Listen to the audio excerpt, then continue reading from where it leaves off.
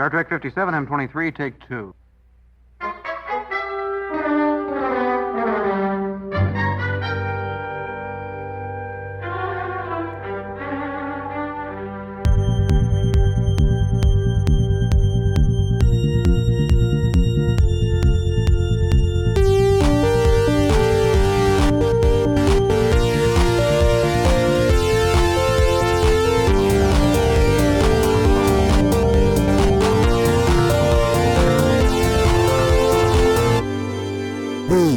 Star Trek Podcast.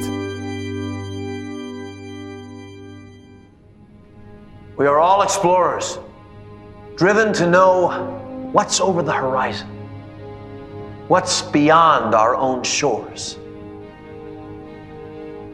Yet, the more I've experienced, the more I've learned that no matter how far we travel, or how fast we get there, the most profound discoveries are not necessarily beyond that next star. They're within us, woven into the threads that bind us, all of us, to each other. The final frontier begins in this hall. Let's explore it together.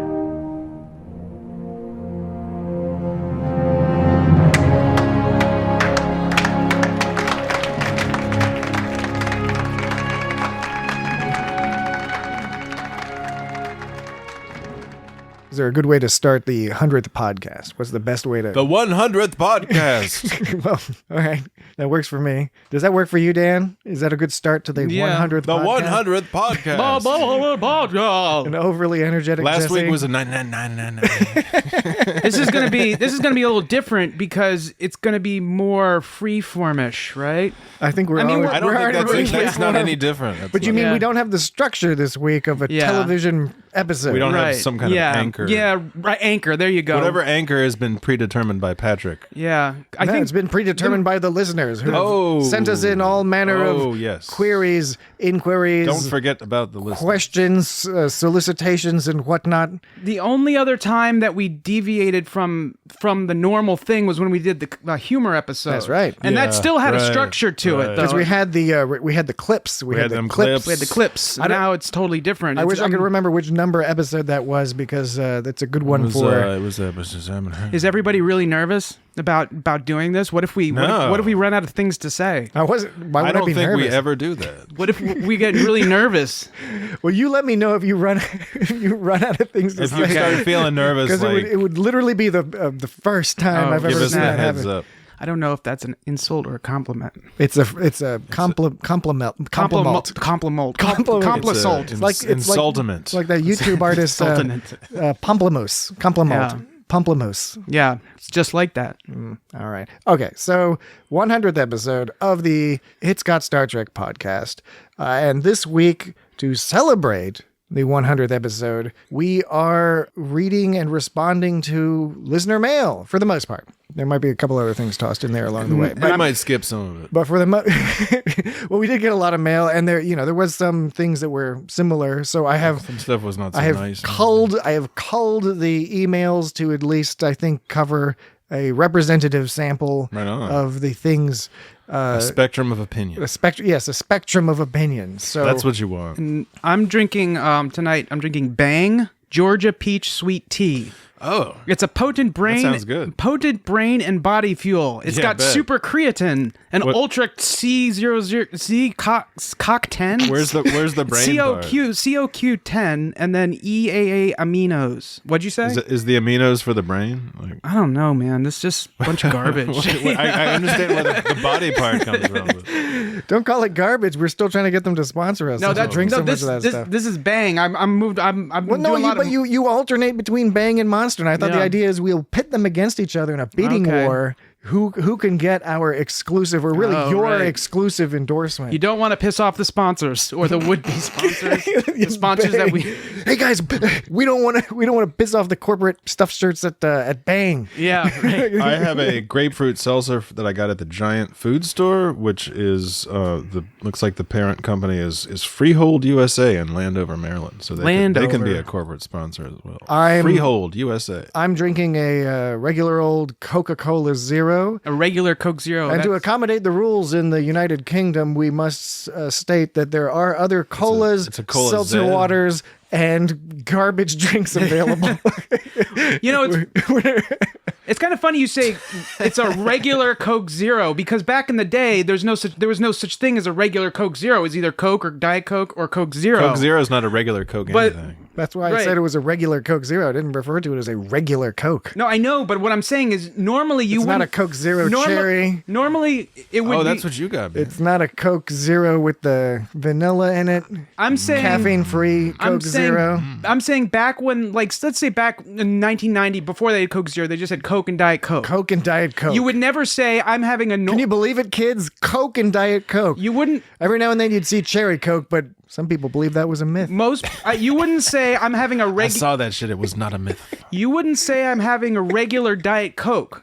You'd say I'm having a regular Coke. You would just say Diet Coke. You wouldn't say I'm having a regular Diet Coke. You see what I'm Yes, getting at? you're right, but you've moved Unless the it was goalposts. regular for you to have. Yeah, it well, on. that's what You've I'm moved saying. the goalposts all the way back to the fucking 1990s. No, I'm just doing it for a You did that. I understand. For example's sake. Now it's I different understand. because we have things like Bang, Georgia's Peach Sweet Tea, so it makes sense you'd say I have a regular. I was merely marveling is maybe too strong of a word, but Marveling. musing over Musing. how things are different than they were before. First they were one way. Ruminating. Some And now they're different? That's some profound shit, my friend. Yeah.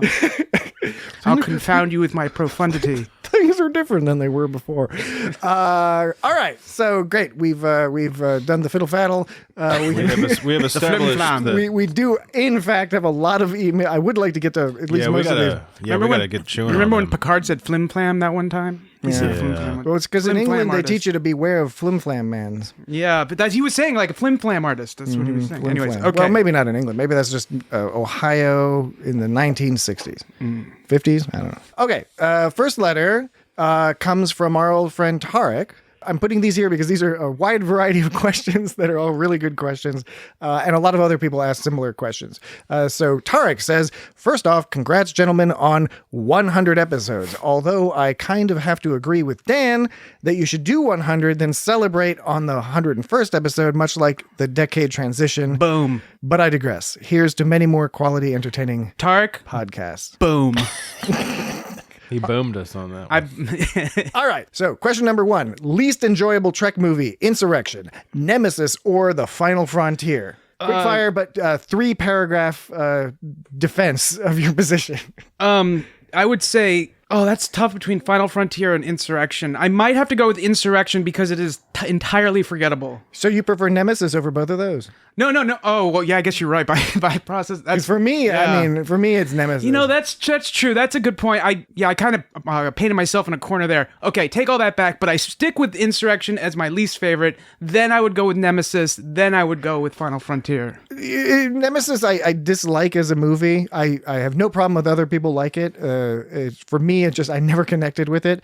However, you do get more of an emotional response from it, maybe, than in Insurrection. Yeah. Final Frontier, it's a flawed movie, but there's little bits of charm. There's It's all moments right, in there. yeah. The camping, Captain Kirk and Spock, and It's better. the marshmallows. I feel it's better in comparison to the other two. I never was really into the other two either, like sort of equally. So yeah. Oh, Insurrection and Nemesis. Yeah, Nemesis. Yeah, I guess it's a comparison between Insurrection, which is, like I said, boring and forgettable, or Nemesis, which is like, at least you can connect with Insurrection. Yeah, At least you- I enjoyed Insurrection. Like it's just Nemesis- it doesn't stick with you. though. sometimes it's worse to be forgettable than it is to be bad, but sometimes it's worse to be bad than it is forgettable, and that's the question between Nemesis and you don't Insurrection. forget it. Because Philosophical question. Insurrection's not a bad movie. If it It's just sticks kinda with you like, and it's bad and you don't forget it, that's pretty bad. yeah. So Nemesis is a tough one, but yeah, Insurrection. But yeah, I Worst. wouldn't say that. Yeah, the like Star Trek V is it's flawed and it's kind of funky, but but it's got neat little bits. There's an ambition there. I think part of it is that it's a flawed ambition, maybe. And William Shatner, he had his issues. There was Teamsters strikes and all sorts of stuff. I think they overreached what they were trying to do, but you get the hints of it, and there's something interesting about it. All right, so next question is from Tarek: is least enjoyable Trek episode? Threshold, which is the salamander one, right? Code of Honor, which is the horribly racist one, or Prophet and Lace, which is the it's problematic. Code of Honor is which one again? That's on TNG when they go to the racist planet where all the racist depictions of you might not even remember they were alien Africans. Yes, exactly. Yeah. And Tasha Yar is fighting with some. Okay, absolutely. It's like the second episode or something. It's early and it's. For me, that's my least favorite in terms of actually not. I just that one or the salamander one isn't so bad, really. Yeah, the salamander one's it's just silly. It's absurd. It's absurd, and most of the absurdity is in the ending. Actually, that's the other thing, just right? How it kind of ends up. All the stuff leading up to it with the transwarp experiments. Yeah, it just doesn't make sense really at all. What's the third choice? The third choice was Prophet and Lace, which was where with the Quark. I think I remember that one. Yeah, pretty bad. Yeah, the thing is it's got a lot of context that is very much not cool, but not to the degree of Code of Honor, I think. Probably. Yeah, that one's really pushing it, I think. It's tricky though. I wouldn't put Threshold in here mostly because I think Threshold we still talk about it, right? It's like you said, Dan, sometimes it's so ridiculous that we remember it and talk about it. It's a meme. It's a meme that might even be understood by some people who've never seen Voyager before. Yeah, right. But I remember very vividly. I think the most recent one I saw was Prophet and Lace, and I remember thinking this is really bad. It's a really poor attempt at trying to put some point across, know. It's like it was trying to somehow promote tolerance by being really problematic and intolerant and stereotypical about it, It's the classic I'm helping. Right. No, you're not. No, you're using poor stereotypes to try to open our minds. So, right. All right. Next one, I think questions sort of get harder as they go along. What's the most thought-provoking Star Trek episode between these three? Far Beyond the Stars, City on the Edge of Forever, or In the Pale Moonlight, which are three just amazing episodes. I don't know if everyone's seen all of those, but I just don't remember a lot of them by name. So Far Beyond the Stars is the one where Captain Sisko wakes up and he believes himself to be a sci-fi author. Okay, right. The 1950s. Yeah, that was really good. That one's an amazing episode. It's directed by Avery Brooks. I mean, it's a heavy episode, but in a good way. Word. That's one I want to see, but I have not seen yet, so I can't comment. All right, well, you should check that out because that's a really good one. I need to get off my ass and watch that. In the Pale Moonlight is one of, if not my favorite, Deep Space Nine episodes. That's one we've talked about, right? I think we talked about that on the show. Yeah. That's a good one. That's awesome. Isn't that the one with Grathon Tolar? Isn't that it's a fake? It's a fake. Grathon Tolar. I just love the name. I just remember the name Grathon Tolar. And the other option was City on the Edge of Forever with Edith Keeler and all that. If a peace protester is killed before she can convince people to sue for peace, then the Nazis end up winning the war and taking over the world. It's an interesting concept. And part of it is it gets difficult to judge older episodes simply because you can definitely lose its effect over time because so many other shows end up copying it, and you get lost in the sort of it's hard to get that same feeling again. That's a Harlan Ellison story. Yes, greatly changed from what Harlan Ellison originally wrote, and he was in fact it led to this permanent feud between him and shit. Yeah, because he had McCoy being a drug addict and all this other stuff going on, and also his script I think called for like thousands of extras at one point because he wanted.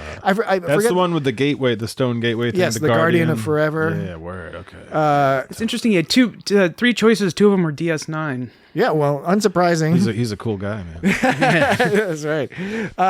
So I don't know if we all gave our answers.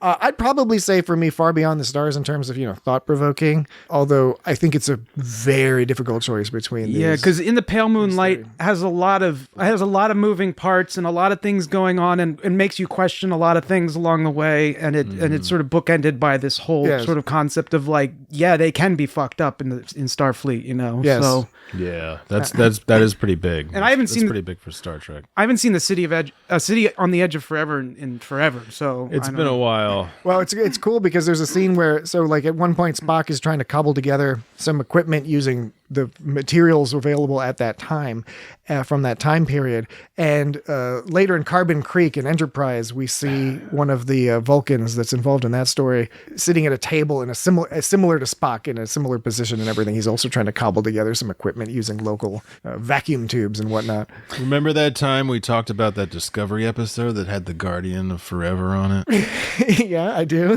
There were a couple episodes. Yeah. Oh yeah, that's right. That was really cool. So how much of would you say In the Pale Moonlight was one of those episodes that really like at that point it didn't teach us? Would you say it taught us much about Garak? Because Garak had a big like role, and you found out that he had a lot of. It taught us a lot about Sisko through Garak. Yeah, but we end up, we learn more. We get more of a vibe that it's one of those episodes where you really get a vibe that Garak is sketchy. Yeah. You Well, know? I mean, we already. I mean, I think that's a 6th season episode. So by the time we get there, we know a lot about Garak and the spy history and everything. But this is probably, and we see things in the Die is Cast. We've seen him in action before, but I think this is where we see him maybe in the Pale Moonlight. He's on a fucking mission, and he's like, here's the deal. Here's we the can update. see all that he can do. When he's raring to go, so I mean, it's such a well written, tightly written episode. It's just brilliant. All right, so next question is: should Trek be year round, or is it better to have a gap to cool down between shows so that you build some anticipation for the next iteration? I think that's a very good question, Tari. So and difficult to answer.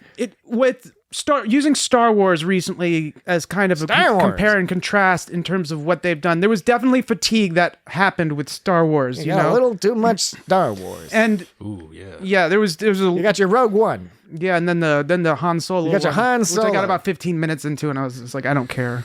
And then you got the movies that they didn't have any plan for. But you got these 3 movies. But I definitely felt Star Wars fatigue. I have not felt Star Trek fatigue, and maybe it's just because it works.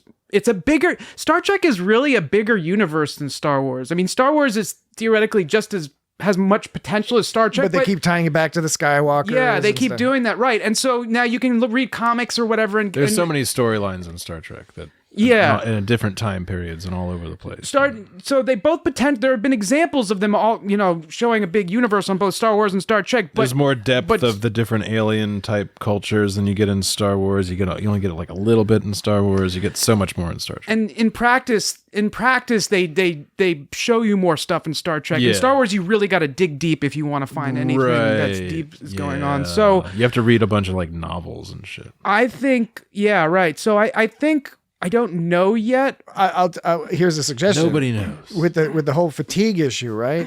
Because think about it. I don't think people are fatigued by the Star Wars that's like The Mandalorian, for example. Yeah, people don't seem fatigued by that. Right. So I think it's about the quality. Super new Star Wars. Yeah. And, we'll leave aside it's a complex and nuanced debate to talk about Star Wars. That's for a whole nother podcast. Yeah, Invite us on your podcast if you're talking about Star Wars, and we'll talk about Star Wars. Yeah, that's. I just happened to be thinking about that the other day of why I like all this new Trek, but the Star Wars, why there was just like. Oh. I think part of it, and maybe quality is an unfair word, but in terms of how it grabs you and hooks into you, I think part of the strategy that they've been doing at Paramount Plus that's been clever is that they're targeting different groups, right? With their different shows and different things. Now, they're still working on it. They're still building up the library, but the idea is kind of like, here's this style show, and here's a slightly different style show, and here's an animated adult comedy, and here's an animated kids show full of wonder and all that stuff, which is, I think, a smart move because it's putting fingers at all, spreading them all around.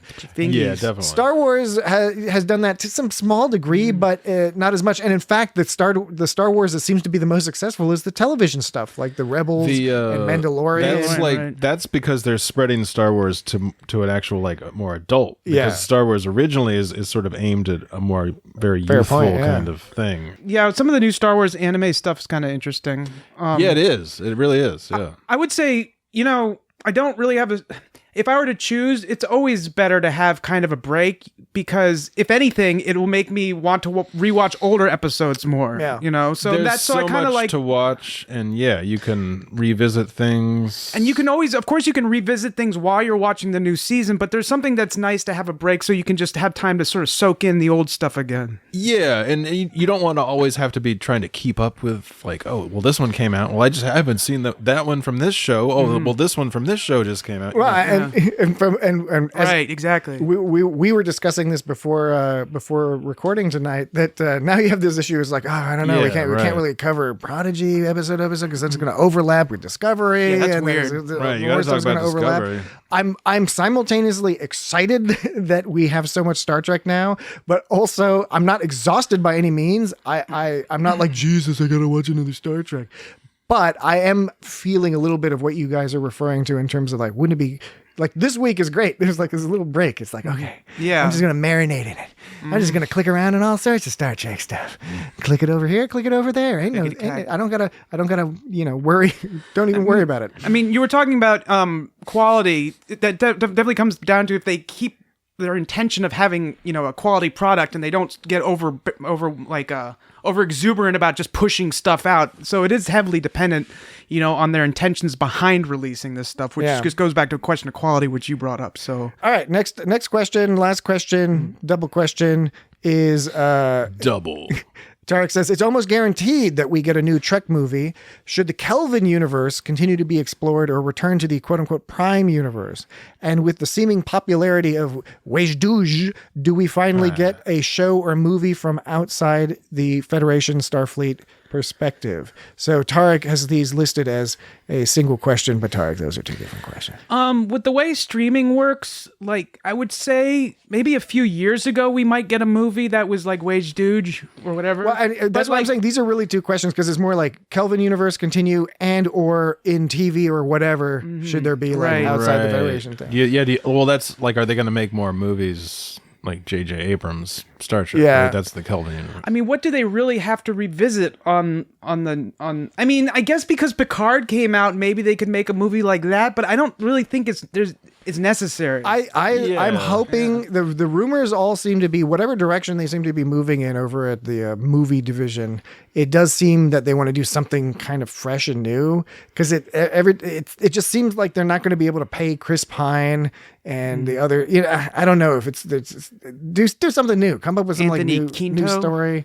How do you pronounce his name? Quinto, I think. Could go either way, I think. In terms of the TV shows, I do hope that we take the opportunity. I think it'd be great to have a show that's outside of the Starfleet perspective. And my impression is we're kind of halfway there with Prodigy because Prodigy takes place on a Starfleet vessel, but all the people, at least from the previews, from what I can tell, all the people are non-Starfleet types, right? Mm-hmm. So I'm guessing that show is going to be structured sort of like they're going to learn about Starfleet and learn about the Federation through their interaction with the ship and then the adventures they go through. So that might be getting close to what Tarek is talking about. But he probably really means we want a TV show that's like takes place like on the Klingon homeworld or on a Klingon ship. He was. Well, I thought like was he saying a movie? I thought he was saying a movie about another perspective. Was it, or is it kind of a Wedge Doge movie? I'm interpreting it as two somewhat related but separate questions. I mean, Paramount Plus is really putting all their stock in Star Trek, so there's no reason to think Plus is putting. There's no reason to think that they're going to pull back because what else do they have really to sell? Yeah, I think that's part of that. Yeah, and so they've got Smithsonian. They've got the Good Fight. So if this most recent push of shows doesn't do well, I imagine they'll stick with something pretty traditional that people know.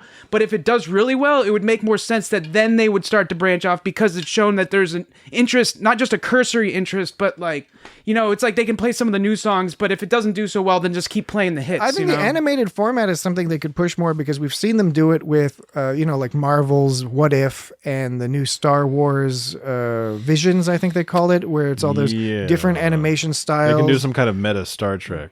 Yeah, and Love, they Death, did that and with the Matrix, the Animatrix. Yeah, the Animatrix. Death, That was an early example. Love, Death, and Robots is another example of these sort of anthology animations done in intensely different styles, from lifelike CGI to cartoonish childlike anime to some sort of melding of old style anime and black and white Western films, things like that. Yeah, samurai films. It's kind of what we got with the Ephraim and Dot on the Yes, Trek. Right. yes, Right. but more of that and longer.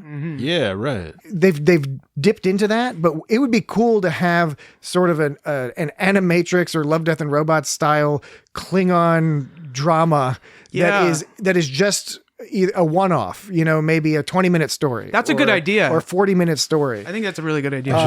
So they should do a Klingon opera. Oh, how about a comedy that takes place on, the behind-the-scenes shenanigans as the Klingon opera is going to go on live, and there's something's going on backstage, right. and it could be like Topsy-Turvy, like that movie. Yeah, like Topsy-Turvy, or a French farce of Faulty Towers-ish sort of. Everything keeps going wrong, and this stage director is just all he wants to do is put on a good show, and everyone keeps fucking up his day. You think in a Klingon opera? He's like, you stupid patak. Cut. Do you think in a Klingon opera, the casting director, if he does, or the casting, is that they're called casting directors? Sure, why They're not? called Mark Nog. Do you think if they don't like what the director's doing, they just kill him? Is that how do you think they pull that shit? Like, Are you talking about as if it was on a ship and the first officer You kills brought the... dishonor to this production. Yeah, right. You're going down. Right. So they don't just send them out front to hand out leaflets. Just slash their They throats. could do with that a too, I knife. guess. That would be equal sort of punishment if you just have to be the hand out the stage bills. Is there any honor in handing out stage builds? No. No. There's got to be some amount of honor, but it's like the least amount. Honor. No, you get there's honor in like working the spotlight. Okay, but handing out Handing out leaflets, the stage bills. there's no honor in that. That's like picking up the popcorn. There is no honor in marketing. Well, you got to start somewhere, right? So if there's honor in wanting to start something. You got to drum up an audience. Yeah. What? When you're handing out flyers right, like at the beach. Yeah. At the Klingon beach. Oh, I just Beach. meant like when people are entering the theater, you just hand out the playbill. They're just that part. Yeah. You just stand there and hand the just playbill. standing there, yeah, not even taking tickets. All right. So thanks for those questions, Tarek. He finished his email with hopefully y'all are still going strong when I'm back in Virginia next, and I can come and take Dan's side in a debate in person. Damn right. Yeah. So Tarek, open invitation for Tarek to come visit, join us, and Damn right. he can sit on Dan's side of the table. Tarek, boom. He boomed us. Okay, so multi question boom. we'll move on to the next section of questions. I've sort of parsed these out into the remaining questions into different sections. We did. Sections of we questions. did. This is a slightly blue podcast, as you all know if you've been listening. Really? Slightly blue humor. The fuck you say? And we did get a few We are a morose bunch. No, not blue like that. Blue is in Not like we got the blues. Dan knows. Dan used to work in radio. He knows about blue humor. Blue, yeah. Blue humor. Bloomer. That means when you say like fuck and worked talk with a about bunch a of old lady's guys. when you talk Okay, about a lady's bloomer. britches. If you talk about a lady's britches, that's blue humor. Some broads. Starfleet underpants. issue britches. Baby bloomers. Bloomers. There's In bloomers for England they babies. call Bloomers. underwear pants. That's right. Yeah. All They right. called pants trousers. Yes, and they call trucks lorries and they call handcarts trucks. And when they want to go up the stairs, they rhyme it with a totally separate word or Going something. up the apples and pears. Yeah, or something. Right, exactly. Some weird. And then they got that whole fanny thing going. Yeah, the whole fanny thing going on. As you can tell, we know everything about England. Yeah.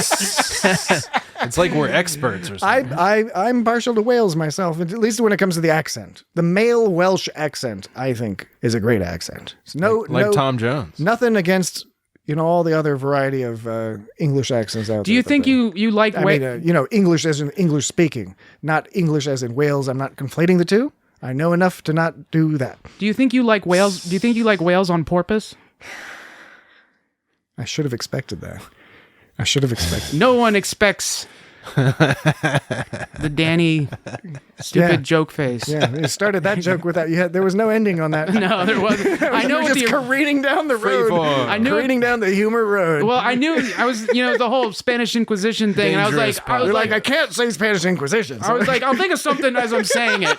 I got like 2 words in. I was like, wait, shit, I'm here already. I do like that confidence. Dan's flying without a net. Yeah, I do like that confidence. Okay, anyway, so this is the blue humor questions. Blue humor. Three blue humor questions. So the first question is, who would you rather have sex with? Commander Data, Constable Odo, or the Doctor from Voyager? And that's from a fellow who goes by Al. Who's gonna want to have sex with the Doctor from Voyager? Well, because he's a hologram. Well, that's exotic or something. I don't know. I had sex with a hologram. I didn't ask the question. I don't know. It's the question. Maybe that's exotic. I mean, the only issue I have with this question is that it seems that the only correct answer is Constable Odo. He's got all the different. He can be any shape. He can do all sorts of. He wants business. to, or you want to. And he seems like a pretty sweet guy. A little clingy. He can. He satisfies your needs. I'm sure he's attentive. So we know the hologram can touch stuff and basically emit something that. Some kind of tactile feedback or whatever they use for holograms to make it seem like he's mentioned on a couple of times how he can do it. It's like I can do it. So he could do it just like Odo, right? Is that what we're saying? Odo's solid, dude, and he can do it. Because I was going under the presumption that he can't do much with his shape. Like, do you think the Doctor can do a bunch with his shape? No. Right. So Odo would be better. The Doctor would be more conventional, but he's a hollow. But he can reprogram himself. As needed, but he programmed his own genitals. He talks about that in the Message in a Bottle, where he's talking to Andy Dick, bragging about his dick to Andy Dick. But can he make them all watery and wavy and goopy? I think he could do a lot of those things, but he would have to take the effort to program that. I don't think it would be an on-the-fly thing, whereas Odo is much more on the fly. Odo's all improv, man. He's casual. He's loosey-goosey. He's ready to go. He can get into a bucket.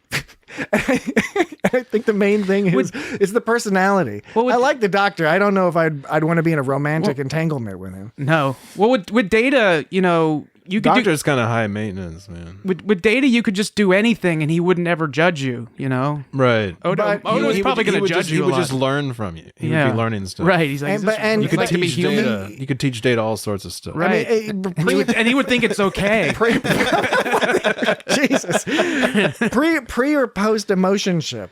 And without getting into the philosophical debate whether Data can provide consent if he doesn't have his emotionship, I think he can, based on measure. Definitely pre-emotion, because post-emotionship, then he'd just be cracking fucking jokes and puns all the time.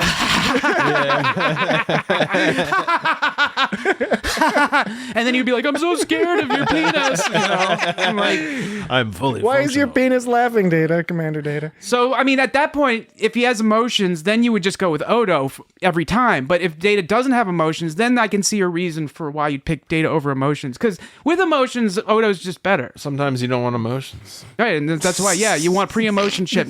Under no circumstance would I want to have sex with a post-emotion chip Data. No.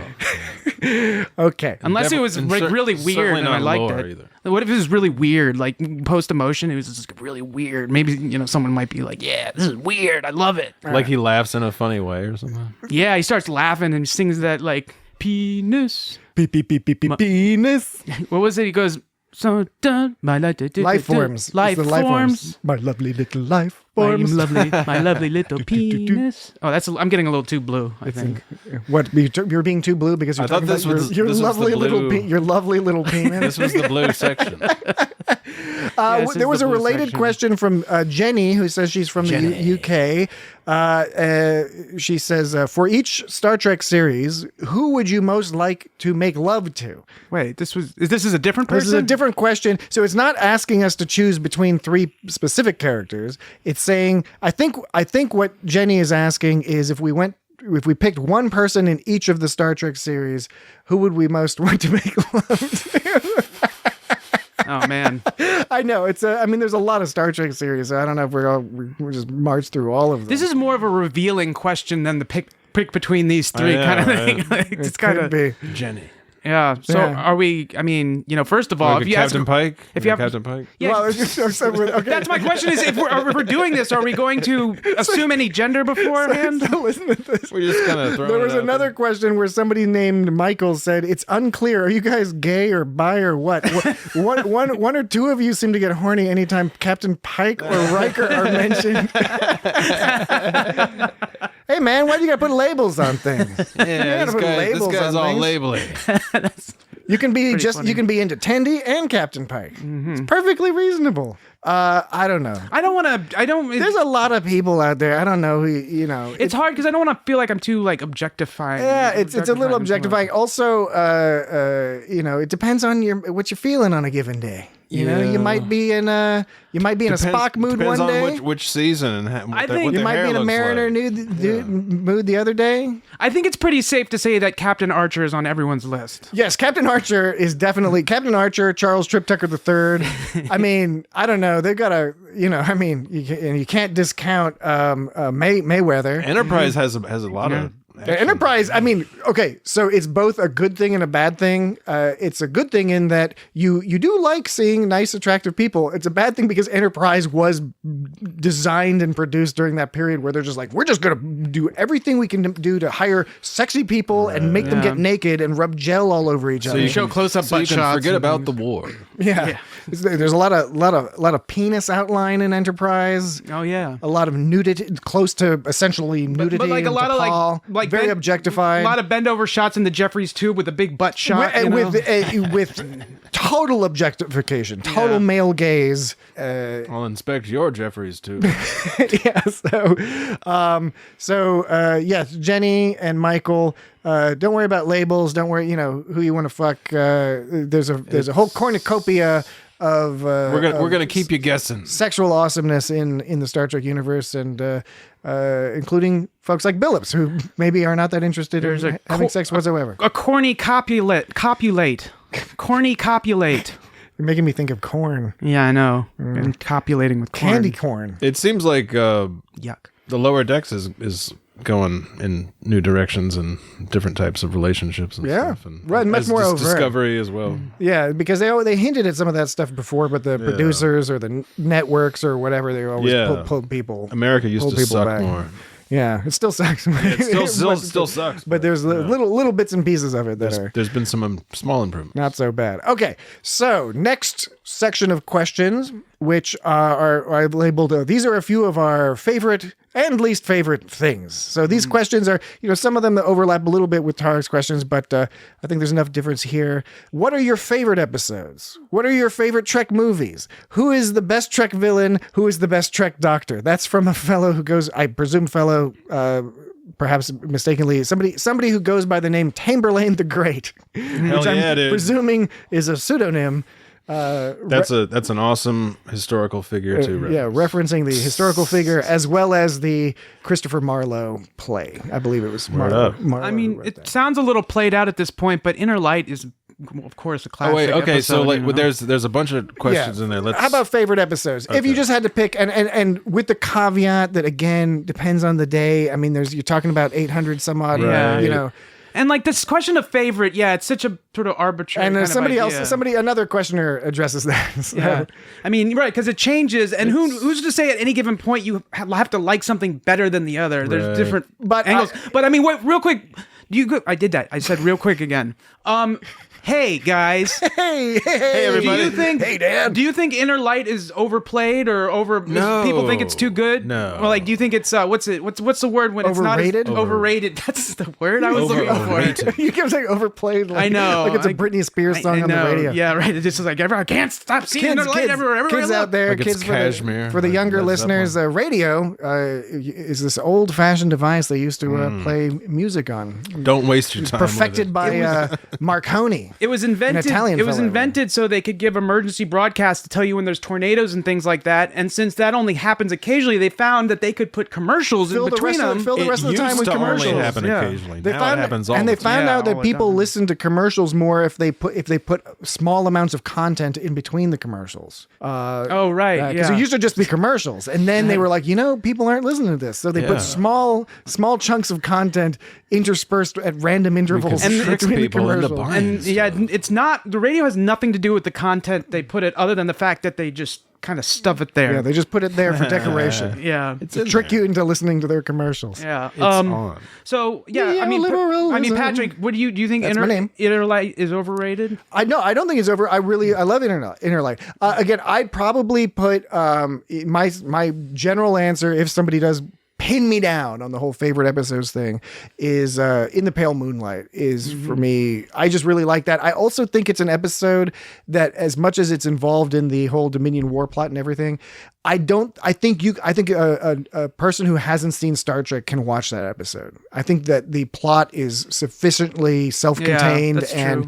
and so well written that certainly anybody who's interested in sort of war mean, and politics the and biggest spy leap you have- thrillers could get it. The biggest leap you'd have to take is once again with Garrick, though, because that does always. But he's a spy Yeah, character, and right. he's- and not only a spy character, he's one of the better written spy characters in literature. All Good Things is another great one because it's actually Yes. a proper ending Yeah. to a series. Agreed. So that's there's no disappointment in that episode. So that's another one. So how about- the Inner Light's not my favorite, but it's like one of those cool ones that I always remember. But it's tricky because it's more about just one character. It's not about the whole crew and everything. But it's a really clever idea, well presented, very interesting. What about Desert Crossing? Wait, which one were you just referring to when you said Inner Light. Okay. What about Desert Crossing from Enterprise? Is that the best episode of Star Trek ever? with Clancy? With Clancy Brown? It's got definitely the best. Where Clancy Brown feeds testicles to Captain Archer? Yeah, it's got the best slow-mo sports scene of all Star Oh, Trek. yeah, they're playing Desert Highlight or, Yeah. or, Kind of volleyball or or, field hockey kind of thing. Yep. Yeah. It's sort of like It's like top lacrosse, Yeah. highlight, field. Yeah, I guess it's more lacrosse. That episode is really just goes nowhere fast. There's not a lot going on with I'm that not. episode. Yeah, that can't be one of. It's like That's now, what you're saying. That's not your favorite episode of Star Trek of all time. right? That's all right. I don't know. It's subjective. Yeah, I mean, let's sit and have a meal and talk about nothing for a while, and then we're gonna wander around for a while, and then we get found, and it's cool, Things blow up. But Archer learns a few things along the way. Does he really though? And that's not. Does he learn that much in that? He episode? learns about interfering. It's one of the early, not really, not much. He but- learned more from that one about the two species of humanoids that lived on that planet. That was a good episode. Yeah. It was a very good and a good Phlox episode too. Good Phlox. I don't know. It's tricky. Yeah, it's tricky. What's in a good episode nowadays? Anyway. How about you, Jesse? Any thoughts on that, or what do you think? I never like the whole favorites concept. I mean, Yeah. There's always I like this, I like that. I'm in the mood to see this. There's always like the big episodes that stand out. I always like the one where they're about to go see a movie, and then they got to get some food, and they go to a Chinese restaurant, and they're waiting in the Chinese restaurant. You're talking about Seinfeld. and they're sitting there. Is this and, best and, episodes and they of never get the Seinfeld table. now? Oh wait. Oh, I'm sorry. Yeah. Also, the one where they couldn't find their runabout. It was they were walking around the 'cause ship trying to find their they couldn't remember runabout. where they parked the runabout. That's a good episode. Yeah, that is a good They one. had that pet targ, and they were walking around with that pet targ the whole time. And that. Oh, that reminds me of the Riker going to the Klingon ship that we talked about. That was pretty fun. Not the best, but it was a pretty fun episode. I mean, it's really hard to think about. It's something like off the top of your head. are you in the mood to like see like something that's like Star Trek, but it's a little different than all the other ones? Or do you want to see something that like gives you some profound stuff to think about? Because it's all about like what you want to, There's a whole menu. I remember being fond of the one where Worf fights all those Jem'Hadar or whatever in that combat gladiator yeah, everything. that's a great one. Yeah, that's awesome because you really finally get to. I mean, Well, that's the other part because it's like the die is cast, and what's the other name? It's the 2-part episode, but Deep Space Nine often had the different names for the 2-part episodes. Right, so I mean, when Worf got to DS9, he was starting to show more character, and more like he's a badass. We always knew he's a badass, but there's all the jokes about him and TNG kind of being like told no and things. But falling down a lot. But this one, he absolutely wrecked butt. So it was awesome. Yes, he did. He did wreck butt when he got there. All right. Well, what about favorite Trek movies? There's less to pick from there. Probably a little bit easier. It's still subjective and can change from time to time. I mean, I can volunteer. I know it's trite, but for me, it's kind of Star Trek 2, Star Trek 6. It's kind of the Nicholas Myers. Yeah. I mean, that's pretty much. I like First Contact. First Contact is good. I always like it as much as other people. 2 and 6 are solid. First Contact was the best TNG one. Yeah, right. Sure. Out of the TNG ones. Yeah, it was good. Star Trek: The Motion Picture is a good film. It's an interesting film. It's kind of fascinating to watch it, but it's sort of like 2001 for me, which I love 2001: A Space Odyssey. I love Star Trek: The Motion Picture. I don't always want to watch them. Mm-hmm. I watched the motion picture recently because the whole new 4K version coming out is gorgeous, beautiful. It's worth watching that movie. It's not necessarily one I'll go back to a lot. Star Trek 2 is just a great movie, hands down, as a movie separate from Star Trek. And Star Trek 6 is just a wonderful conclusion to the TOS story. Star Trek 4 has the most memorable comedic moments. Totally. Like, double dumbass on you. Yeah. So, but not obviously too much LDS. The Wessels and the... Right. Computer. Hello, computer. The whales are named George and Gracie after, George and Gracie, the comedians. George Burns and what was it, Gracie Allen or something like that? So, yeah, I mean, so 4... Wouldn't it be funny if it was George Burns and Grace Jones? That's like George and Gracie. So 4 is not my favorite, but it definitely has probably the most pop culture. I'm a big fan of 3. I'm a big fan of Search for there's some Spock. cool. 3 there's is some cool an things on unsung. 3. Yeah. It's an unsung. 3 is the middle of a trilogy, basically. right. So that just like the Two Towers, it can be difficult to appreciate by itself. But it's got some great stuff. It's got John Larroquette as a Klingon. Hell It's yeah. got Christopher Lloyd. Hell yeah. It's got Kirk being all like Chewie, chew, talking in Klingon to transported. I think though, Blow up the Enterprise. Hell yeah. My God, Bones, what have I done? the Two Towers, did more for the cinematic. The Lord of the Rings movies. Two Towers did more for the Lord of the Rings movies, though. Because when I think of Lord of the Rings movies that are kind of like Helm's Deep and all that, like business. The one, Horn of Helm Hammerhorn. the Return of the King is the one that's kind of drags on as the hardest to kind of for me to watch. Is Return of the They got a King. bunch of so the thing with Star Trek 3 is I think people are taking a closer look at it more recently in recent years, because for a long time it was sort of dismissed as that sort of forgettable film in between the film classic, the actual cinema classic that is Star Trek 2, the very popular Star Trek 4, which is a fun and it's a bit of a break from some of the depressing stuff. But Star Trek 3, Kirk's son gets killed in it.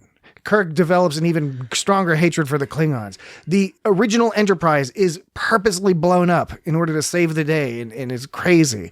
Spock comes back to life and is all like addled and has to sort all that stuff Right. out. McCoy is all fucked up. And all those guys become like outlaws because they steal the Enterprise. Yeah, they stole the Enterprise and they blowed it the fuck And up. Captain Styles is like, then we see the Excelsior for the first time when it's an Yeah. experimental transwarp ship, and there's that whole like chase Transwarp, scene baby. coming out of Space Dock, like they sort Yeah. of spoof a little bit on Lower Decks. There's so much in that movie that's awesome. I'm looking forward to watching the 4K version of it. I haven't gotten to it yet. Yeah, I don't know if this speaks for or it doesn't. It doesn't speak against, but I don't know if it really is a case for it. But for whatever reason, just an anecdote, a boring short anecdote that's longer. The setup and premise is longer than People love boring anecdotes on podcasts. I'm talking about it instead of saying it. It's one of those things where as a kid, I saw Star Trek 3 when I was so young that as I got older, I didn't really remember it, but I remembered the scene where When did it come out? Like 84? where Christopher Lloyd 85? fucking falls in the lava at the end. Yeah. I don't know why. He falls off the cliff. He falls off And the cliff into Kirk the just lava. fucking kicks him in the Yeah. face with his tiny little Kirk boots. Yeah, and for He's got whatever those tiny Kirk boots. and for whatever reason, my young child memory remembered that fucking scene for some reason. I didn't remember anything else about the movie except that scene. So that was like I just have really- had enough Yeah. of you. Yeah, it's awesome. Christopher Lloyd's all like, oh, Marty. Not the best effect, but It's you know, the Libyans. Because, Christopher Lloyd, Back to the Future. 1.21 Yes, 1.21 gigawatts. gigawatts. gigawatts. Come on. 1.2, Doc Brown, 1.2 It's gigawatts. It's 1.21 gigawatts. No, it's cold. It's damn cold. Gigawatts. Damn. Marty, you made it. Marty, you made it. Doesn't he say double damn? He goes Yeah. double damn. Double dumbass on you. Double damn. You might be conflating that with the Teenage Mutant Ninja Turtles movie from 1990 where Raphael keeps saying, damn. Damn. No, I think no. So in Back to the Future, I think Christopher Lloyd goes double damn, and then Kirk goes double dumbass on you, and Christopher Lloyd was in Star Trek 3, and Kirk was in Star Trek 3. There you go. I made a connection. Hell yeah. Yeah, a connection to nowhere. That means nothing. All right. Let's move on to the next. Well, we didn't answer the villain, best villain, and best doctor. Villain, again, subjective. What do you think? I definitely thought Christopher Lloyd was pretty fun as a villain. He was good. Christopher Lloyd's good. Khan, of There's always course. Khan. General Chang is good. Guy's pretty General bad. Chang's awesome. He's all dignified and stuff. Yeah. There's like Wei Yun. Wei Yun is a great answer, I think. Wait, I thought it was just the movies. No, that was favorite movies. Now it's favorite villains. Oh, I thought it was villains from movies. Never mind. Q is kind of a villain, and Q's pretty badass. Kai Wynn. Kai Wynn's pretty fucked yeah. up. Yeah, she makes me so mad. Kai when I Wynn's see probably her. the most horrible. I don't know what the reaction is, Yeah. and I'm always nervous because I really. I want to make sure that whatever my reaction to Kai Wynn isn't a gendered reaction that I'm like, oh, fuck her, she's a bitch. But after much introspection, I think her I'm in the safe to sea. say it's not a gendered reaction. She's just a horrible, disturbing person. and There's so many better and it's the one we can relate to most in terms of people you would imagine meeting in real life. Because she's real. She doesn't have magic powers. Yeah. She just wants power. Yeah. And she'll say that nice talk with that nice voice That where means I'm nobody gonna kill believes her. you. And nobody fucking that's the Yeah. most horrible thing is that nobody likes her. Everyone finds her horrible and she slinks her way into power. Which is I think that's a good point, Dan. It's it's a little too realistic. She's both super horrible and you're like, okay, this person can exist. yeah. Ducat, if we're not going so much in terms of impact, Ducat is maybe my favorite to watch. He's so layered and charming, which is I like the charming villain because it's fucked up. Because Ducat is a genocidal maniac. He's a rapist. He's a horrible person. You can't like him, but he will. Mark Alaimo, the way he plays the character, it ingratiates that character to you, which makes you puts you in a very uncomfortable position. Right. And they also don't show you him doing any of that stuff. You just Yeah. have to know that he does that stuff and and you 'cause don't get the didn't see visceral it. response. Right. And it's like, well, I didn't see them do it, so I'm not going to get mad. No, it's like, no, those people did those bad things. Yeah. Just because you didn't watch them do it, we know they did it. But Pay just- attention to what Kira says. That guy's bad. But Yeah. it's forcing you to look at something from a logical perspective as opposed to strictly an emotional one where if you see it, it's visceral, it's emotional, Yes. but just to know it without having to see it, you have to think and be like, no, I can't like this guy. He's and a they piece of play shit. with that. They play with that. This is the genius of the Deep Space Nine writers is they actually play with that when there's that episode where he and Kira are sort of a crash land or whatever. They're stuck in a cave. He hurts his butt. He sits on a spike and she's like, he's having to like wave a scanner over his, but she's laughing and Kira herself feels guilty because she's like, this guy is like space Hitler as far as I'm concerned. right. And I'm in a cave here laughing at his jokes and commiserating with him about, getting sympathy because he's looking for his daughter, Zial. That's fascinating. That's to me, that's much more interesting than, the Christopher Lloyd villain's great, but he's like the entire time he's a fucking asshole. It's like in the Wage Douche, the captain in Wage Douche he was an asshole the whole time. And sometimes you need that kind of character, but the characters characters that are the most interesting and engaging are those bad guys, those evil characters that make it difficult for you to just dismiss them as like, oh, that's easy. It's Sauron, the evil lord. They're just evil. You know, you have to engage with them on their terms to a certain degree, which makes you uncomfortable. The Packlets. Yeah, the Packlets. They're fucked up. The whole thing with the Dominion and stuff has I like that it has this whole structure of their. So you have Weyoun, right? But then you have the founder person who's also a villain, but she's pretty bad news. She's bad news, but it's in a different way than Weyoun. Yeah, right. Because it's the exercising of power. Right. Yeah. Weyoun is the implementation of power. The Jem'Hadar are a different form of the implementation of power, but the founders are the ones who are generating that power. They're expressing their power through these other people. There was a good amount of effort put into the characters within the Dominion, but also how they fit together. So the character of the Dominion itself, that character of all the different facets going on in different ways these things are to be feared and stuff like that is really interesting. I agree. Well done. All right, so it was good. What about who is the best Trek doctor? And this is something people yell about all the time on the internet, but we can all have our opinions. It's like saying who's the best captain, because everybody's good. Or at least mostly, I like that. Mostly good. It depends on the context, Depends right? on the context. I like that doctor was trying to like get Pike all boozed up. Oh, that guy. I always forget his name. He's got an awesome name. Nobody ever talks about that guy. The original. He was replaced by McCoy, I guess. Yeah, presumably later. Is McCoy going to be on Strange New Worlds? No, I think it'll either be it'll be the preview. That other guy. The preview. No, well, I don't know. The preview had a different doctor. So we'll see. Won't be. I think they might have Dr. Martini. Because they haven't had like a full preview of Star Trek Strange New Worlds yet. They've just had sort of like character introductions and stuff. We'll just have to watch those over and over some more. The Voyager Doctor is good. Dr. Crusher. I really like Dr. Crusher, Dr. Bashir, and Dr. Bashir. For me, it's hard to split between them in terms of character. Dr. Bashir's character is in some ways more interesting, just because, Deep Space Nine did a lot more with their characters. Dr. Crusher, we got some really good character development episodes for her, including Sub Rosa. We learned a lot about the Good Doctor in that episode. However, Dr. Crusher, I think, is the most competent.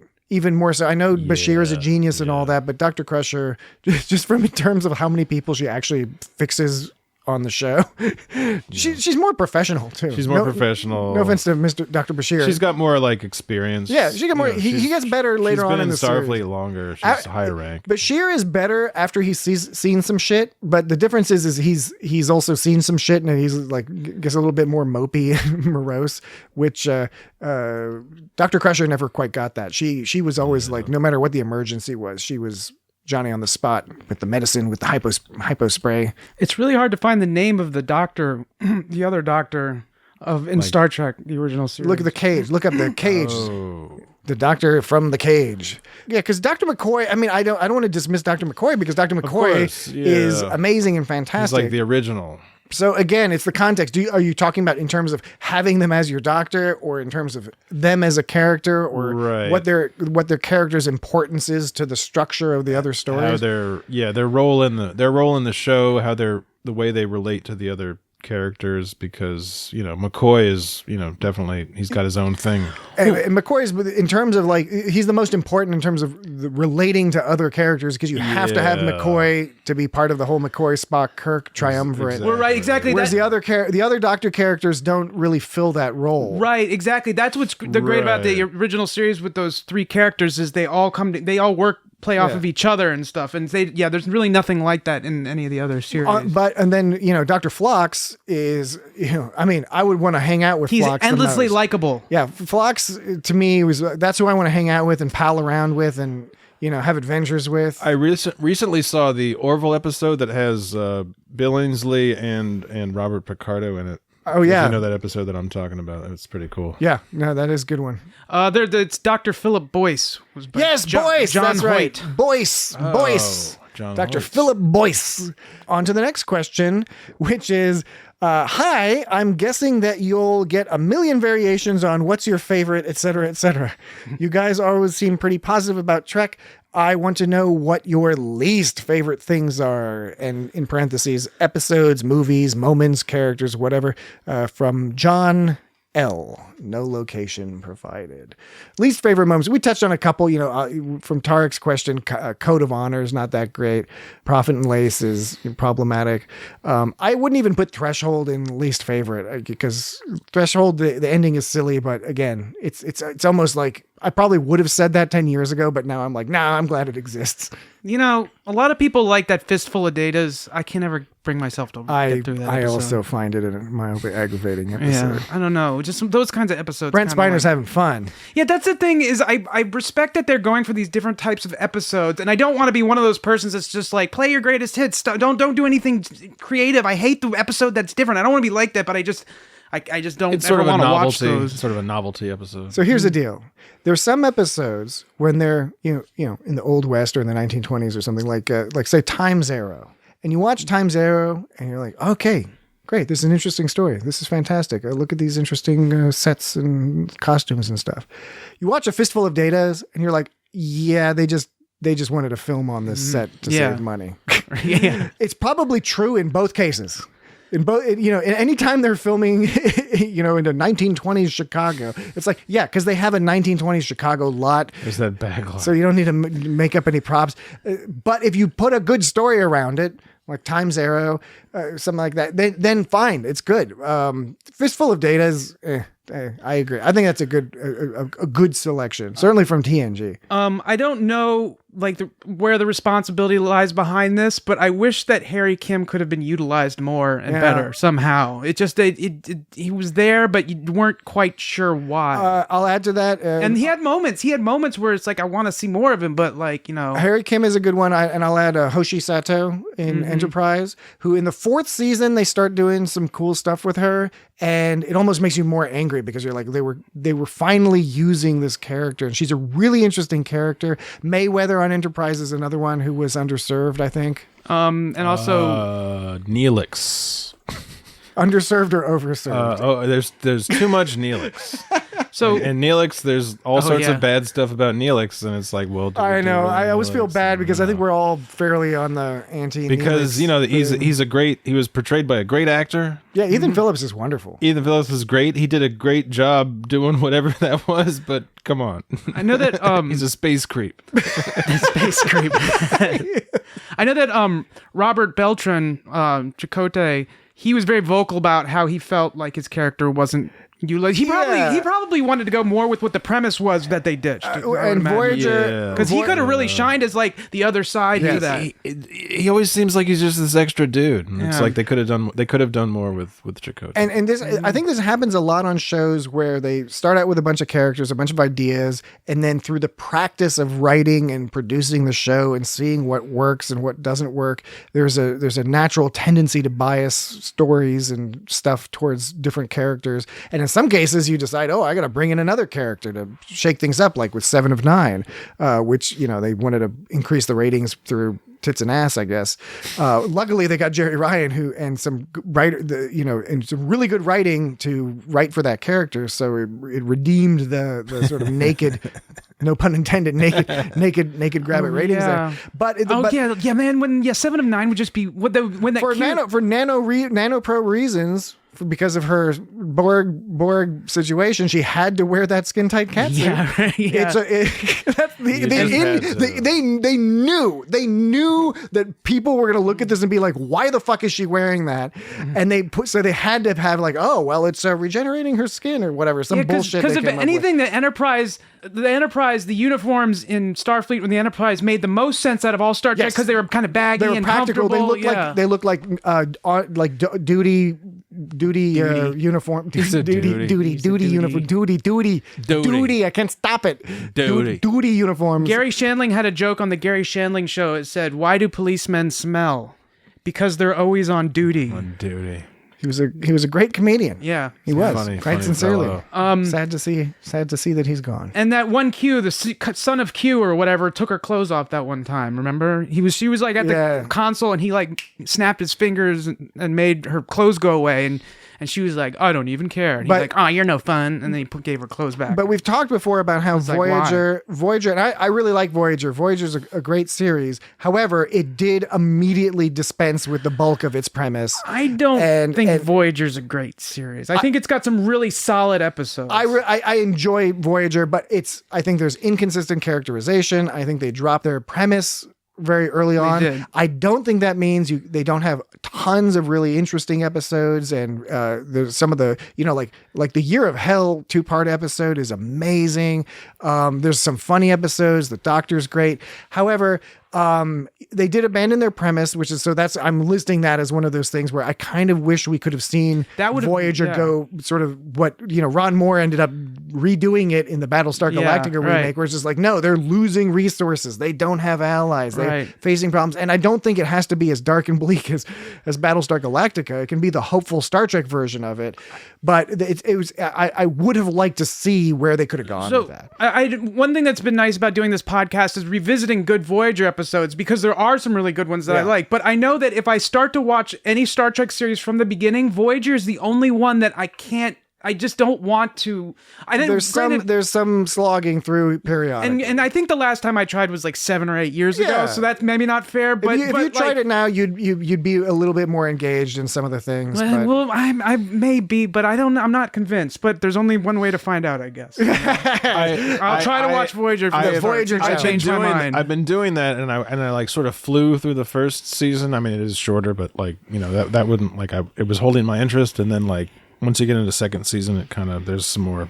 You got to slog it a little bit more. There's some more ups and downs because Voyager is one of those shows where it's like, okay, boom, this is really super fascinating, awesome episode, and then it's like this next episode, not even bad necessarily. It's just like they had a few in a row that were interesting. Like, and Enterprise, by the way, suffers from that to a degree as well. I think the thing with Enterprise is you rarely get as the highs you can get in other Star Trek series, but you also rarely get the super lows. There's not like a lot of terrible episodes of Enterprise. It's consistent. It's a little bit more consistent, some of them, but there are a few episodes where after you watch it, you're like, nah, all right. The first 2 or 3 seasons of TNG, at some point, I don't know if it was a drastic change or if it was subtle, but the vibe of at least the first 2 seasons is much. First season especially is much. I guess around season 2 it starts to change a little bit, but the vibe is so different and so weird, and just the whole feeling of everything, right down to the whistle they use, the boat whistle when they're calling bosun whistle. But at least and it's not great, but at least they're interesting. If not, there's something interesting going on there. Just if not for just being bizarre, sometimes there's something interesting that catches my attention. In early TNG, when I'm advising people in my professional capacity as an advisor on these sort of things related to Star Trek, when I'm advising people, and they say, should I skip ahead to season 3 of TNG? And I said, well, it all depends on your level of commitment to this particular cause. Yes, you can do that, but I think what you miss out on is, first of all, there are some very good episodes here and there in the first couple seasons of TNG, but there are also, even in something like Code of Honor, where it's like a bad episode, there will be that brief character moment. It'll be Data talking to Geordi, or it'll be Riker talking to Picard. That is a famous, memorable, important character moment in TNG. And I remember doing a rewatch of TNG maybe last year, and just that really jumped out at me, where it was like, even some of these episodes where I was like, I'm forcing myself to watch it in order and not skip around. And one of the benefits I was getting from that was like, oh, here's that great scene where like, Geordi and Data are talking about this interesting thing that I hadn't seen in a long time, because often I'd be just not watch that episode. And so if you want to get all those character flavors, then and of course we're talking to an audience of mostly people who are like, what are you talking about skipping episodes? That'd be crazy. Circling back to your original point about Harry Kim not getting enough attention, Hoshi Sato, Mayweather on Enterprise. It's a shame, because they're potentially great characters that we didn't get to learn as much about as we would have liked. I think back in like 2014-15, I rewatched DS9 from start to finish, and I remember the first few seasons weren't the best, but I don't remember why. So I might be wrong or something. They're also still finding their voice, but Deep Space Nine, largely because it was a stationary. I mean, it was a space station, right? It's stationary. There are if you go to CVS, you go to the stationary section and you buy your DS9s there. Sorry.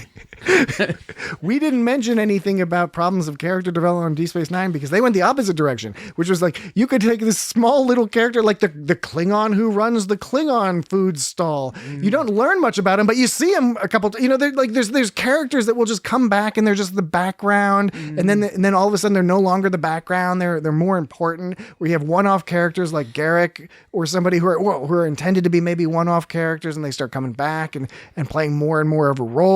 You've got Damar, you've got Zial, you've got all these people. I mean, you got Grathon Tolar, for God's sakes. Grathon Tolar. but there's so much, there's so much instant characterization about even one-off characters, like Iggy Pop's Vorta that he plays. It's just like, it's not just that it's Iggy Pop is a Vorta. It's like we know so much about this one character, this one appearance that he has here. They were just really good at doing that. Side note, notice I didn't say real quick. I said side note. Side note, for whatever reason, Robert Beltran from Screen Rant, ScreenRant.com is credited on this Google search on the sidebar with asserting this. Apparently, Chakotay's personality type is ENTJ. That's according to Screen, and it just says ScreenRant.com next to it. Like, that's such a weird, I would have never expected them to. It's ridiculous because personality types are nonsense. Debunked non-science. It's a pseudoscience. And they're premised on this idea that you're answering about yourself, not about someone else. So now they're having a fiction. They're assigning a pseudoscientific personality type to a fictional character, and not only a fictional character, as we were just saying, a somewhat underdeveloped fictional character. All right. How about this next question? How about this next question? How about it? Emily P. from Wisconsin asks, what's your favorite thing about Star Trek? That's a good one. That's a profoundy woundy. The ships. I'm thinking, oh, that's a profound question. I like the fight. I like the ships. I like the fight scenes. I like them when they shoot at each other. I like the spaceships and the fight scenes. Those are my favorite things about Star Trek. Yeah, it's got the best fight scenes. I like the uniforms. You like the Unabomber? No, it's cool because it's sci-fi that has its own vibe to it, and it has a philosophy that goes along with its vibe. And it's very it's on the it's very progressive. It's very very shockwavy. Shockwave, like from the Transformers. Was he the one that went like blah, blah, blah, blah, blah, blah, blah, blah? That was Shockwave, right? I think so. Yeah. Blah, blah, blah, blah. Or is that Sound Bite? No, Soundwave. Soundwave. Oh, Shockwave was. And then Soundwave. That whatever. was Starscream. Starscream. I don't think. At least you knew. That's funny that you were able to get it. Now that I'm thinking of it, there might not be a Transformer named Shockwave. I think it's Soundwave.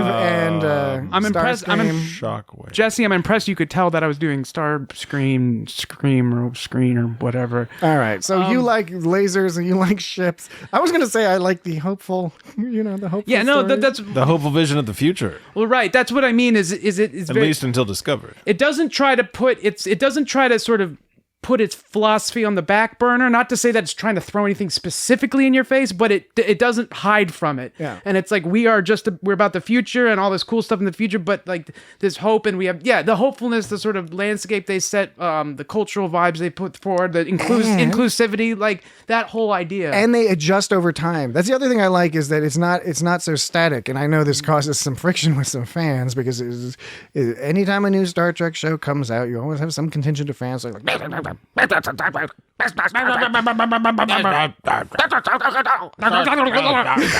only my Star Trek is Star Trek. The Star Trek that came before my Star Trek is not Star Trek, and the Star Trek that came after my Star Trek is not Star Trek. if you look at like sci-fi movies, I guess you could say they all kind of have this sort of message they're putting across, but it's not fleshed out. Star Trek is really fleshed out in terms of its messages.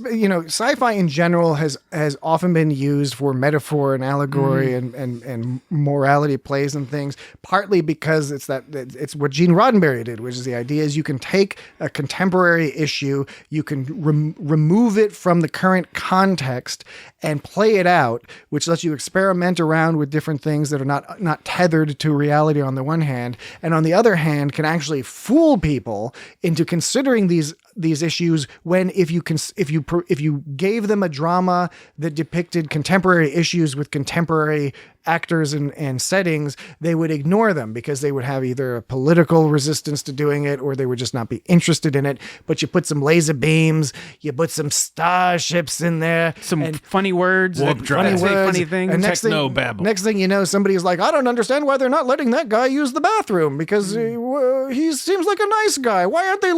Oh, it's because he's a different color.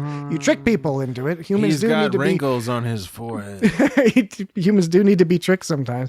That's part of what I really like There's about a Star message Trek. to it. I also like that the message is not static in that it's the overall idea is let's be better. Let's be better humans. Let's find out a way to be better. There's so many, I wish I could remember them And verbatim, but the Kirk speeches and Picard speeches that so many of them fundamentally are centered on this idea of we're imperfect, but we're trying. And as long as we're trying and thinking about things and trying, then we're doing all right. And Roddenberry's vision really went all in on the idea that things can be drastically different in the future. We look at it now and think that's impossible. That's a weird utopia we're talking about. And in fact, some people, like, it's going to be like The Expanse. It won't be like Star Trek. It's like, yeah, you might be fucking right, but we can still try. In fact, how the fuck do we get out of our current situation unless we imagine something different and work towards it? Right? Maybe we don't get there, but the act of trying to get there seems like it's beneficial in some way as opposed to just resigning us to the fact that we're going to live in some sort of corporate nightmare. Yeah. Right? I mean, and what one of the things that frustrates me, and I deal with this in a lot of areas in life when you're having these academic debates and about, the future of politics. Well, or that's whatever. just how it is. There's nothing It's you like, can do no, about things it. change constantly. you can Things do are about it. always changing. The thing is, sometimes they change for the worse and sometimes they change for the better, but they change because people are making the changes. And so if you are a part of that, you have at least some potential to have some voice, some influence over that. So I get nervous when people resign themselves to the fact there's the world is a nightmare. It's a nihilistic nightmare. I'm just going to get my own. It's like, yeah, if you're over here in your corner just working to get your own, that's probably not going to be good for any of the rest of us. I think Right? Varsity Blues said it best, right? Yeah. When things change. Yeah, things change, Mox. Mox. Yeah. I don't want your life. Exactly. And then the whipped cream on the yeah. boobies. That was that movie with Dawson. Yeah. It's a great, it's sincerely 100% no sarcasm. It's a great movie. Yeah, I didn't want to let myself like it at I first. didn't want to like it either. Yeah. I wanted to watch it as a joke, and I'm watching it. I'm like, this is a well-made movie. And they throw just enough fun sports catchy scenes in there to just be like, hey, some action. Yeah. It's Vanderbeek. That's But his like name. James Vanderbeek. But it's got a thing going on. But then they just throw in a few throwy ball scenes. It's like here's my fight scene. Classic basically. throwy ball season. Yeah. Okay, so now we get to our general inquiries section, which some of these don't necessarily directly relate to Star Trek. Oh well, this one does. Some of these do. This one says hello. Hi. Sorry. Hi. Hello. It's a perfectly reasonable way to start an email. Hello. Okay. Hey. Hello. Hello. Hello. Hello. Hey, brother. Hi there. Hello. First, thanks for all the fun conversations. I especially look forward to when your podcast is covering Star Trek shows as they air. Ooh, I like that too. My question is about when you randomly pick episodes from the various series. I noticed you seem to steer clear of most of the more classic episodes, a la The Inner Light, The Visitor, City on the Edge of Forever, etc. Why is that? I hope you just haven't gotten to those yet. Thanks. And that's from a person named Owain. All right. So, is that Welsh? That might be Welsh. Yeah, it is. It's totally Welsh. I was speaking earlier how much I like the male Welsh accent. Welsh rarebit is another Welsh thing. I don't know that we steer clear of those, but when I read that question, I started thinking about it. I was like, there probably is some unconscious bias against doing some episodes that are like The Inner Light has been talked about by so many people on so many podcasts and YouTube videos and stuff. Right. So it might be an unconscious thing about like, well, are we going to really say anything new about it? And the other thing is, the Visitor was the one that made me really think about it. It's like, I love The Visitor. It is in contention for one of my favorite episodes of Star Trek, certainly at the top of the Deep Space Nine list. But I don't know how to make that a funny, entertaining podcast. Right. I know how to make that like a 2-hour discussion of like that might involve me crying halfway through. So there's probably again an unconscious bias against tossing those names out, right? For me, it bleeds into almost insecurity in a way too, because that's a way you could look at it for the same reasons you just mentioned. Yeah. Insecure. It's like, am I really like do I have not the credentials, but am I allowed to really talk about those yet? Because I don't know if I'm really. When you just talk about whatever episode, you can just say whatever and it's fun and it's cool and stuff. But when you have these revered episodes that are on a pedestal, suddenly there's stakes involved somehow, even though there's not. But, in my head, I pretend, I act like there's stakes involved and I'm scared. But we have talked about, where I push back a little bit, we have talked about classic episodes. But when I'm thinking back, the classic episodes we've talked about are ones that they just offer more hooks into how to have a conversation about. Either they're a funny episode, they're a classic episode, but like the Trouble with Tribbles or something, right? That's a classic episode, but it's a fun one to talk about. The Year of Hell, that's not a funny episode. Not all of the episodes we talk about are funny, and The Year of Hell is a great episode. But again, there's just so many philosophical things to talk about there. There's character elements. We talked about Year of Hell. That's what I'm saying. We did talk about that. Okay. So I do think we've talked about some classic episodes, but I like this question because it made me start thinking, I think your points Dan are really good, that maybe it's like, what are we going to say about this? Are we qualified to talk about it? Yeah. Can we make it entertaining? Because ultimately we love talking about Star Trek, but we like to entertain people as well. Right. So that's part of it. So as a counterpoint, or not even a counterpoint, just sort of a supportive point, really, we are fully qualified to talk about Captain Archer's boobs in Desert Crossing. Yeah, totally. Shirtless Captain Archer and shirtless Trip Tucker. We are eminently qualified to discuss that from a variety of angles. But discussing the concept of a child, a child who loses his father and spends years doing sci-fi stuff to try to like bring his father back, and that involves literary references and stuff. I'm referring to The Visitor, of course. That might be a little more difficult. On the other hand, who knows? Maybe we'll challenge ourselves. That reminded me of like Elliot, who was like Troy's kid. Oh my God. Oh, weird. Yeah. That was an upsetting and weird episode. That was a weird episode. That was one of those, I don't know if I liked it or Is that hated The Child? it. Is it called The Child, I think? I think so. Something that's like The that. Child. Yeah. Some curly hair. She gets impregnated by a alien creepy. Yeah, That little glowy bit. I don't even know. I don't even have an opinion on that. I don't know. I have an opinion, but I'm not sure what it is. Man, I don't even have an opinion. I mean, it seems like we're going to talk about all the episodes, and there's an aspect of there's certain. We've got some subconscious criteria. Like that are, Jesse's got a real hopeful attitude here. It's like we're 100 episodes in, and he's like, "Yeah, we're going to talk about all of them. all We'll get to it 700 it eventually." seems like we're Hold your fucking horses. We go for ones that Wayne. we just sort of think about like, well, what do we want to talk about next? Right. Well, there's this one. There's this one. There's this one. Like, And that goes into Patrick's point about ones with more hooks and stuff. It's not that I don't feel like I'm specifically necessarily avoiding it, although I do have some reservations of what I mentioned earlier, but there's other things that seem like that I'm more readily equipped to sort of like talk about. There are And so there's just so many. It's not that you're avoiding one, it's that there's other ones you're more excited maybe and to talk about. there are episodes of the podcast. I'm not going to reveal which ones I think they are, but there are episodes of the podcast that, if you listen closely, we're pulling teeth. We're pulling teeth a little bit, trying to figure it out. Every now and then that happens, where it's like, all right, so what about this thing? Okay, all right. Odds and ends. Well, why don't we just talk about something else for a while? I think we got it. I think we got We got enough content. All right. Yeah, that's probably probably what that's about. Next question. Your extra long, in parentheses, sorry, I read that weirdly. Your extra long episode where you discuss Star Trek VI, The Undiscovered Country, is one of my favorites. Wow, dude. Yay. I checked the website and it looks like you haven't done any other movies yet. That's right. Will you cover some of the other movies soon? If you need recommendations, Star Trek II, The Wrath of Khan, Of course. or Star Trek First Contact would be great. And that's from Huang T. So real quick, I want to comment You on said real quick. Oh my God, I did. It's infectious. Yes, I did. Dan is infecting me with his verbal tics. Stop saying that. That's an order. Oh, no. Okay, Star Trek II. I think this relates to the previous question because Star Trek II is probably my favorite Star Trek movie. It's one of my favorite movies. Is just on the list of movies. I think it's a really well put together movie, but I'm a little nervous about talking about it because what am I going to talk about? Am I going to add anything that hasn't been discussed? It's been so thoroughly discussed. But I kind of think maybe, and we don't know exactly what our plans are yet, but when some time frees up, maybe we'll do some live streams or something more time casual. freezes.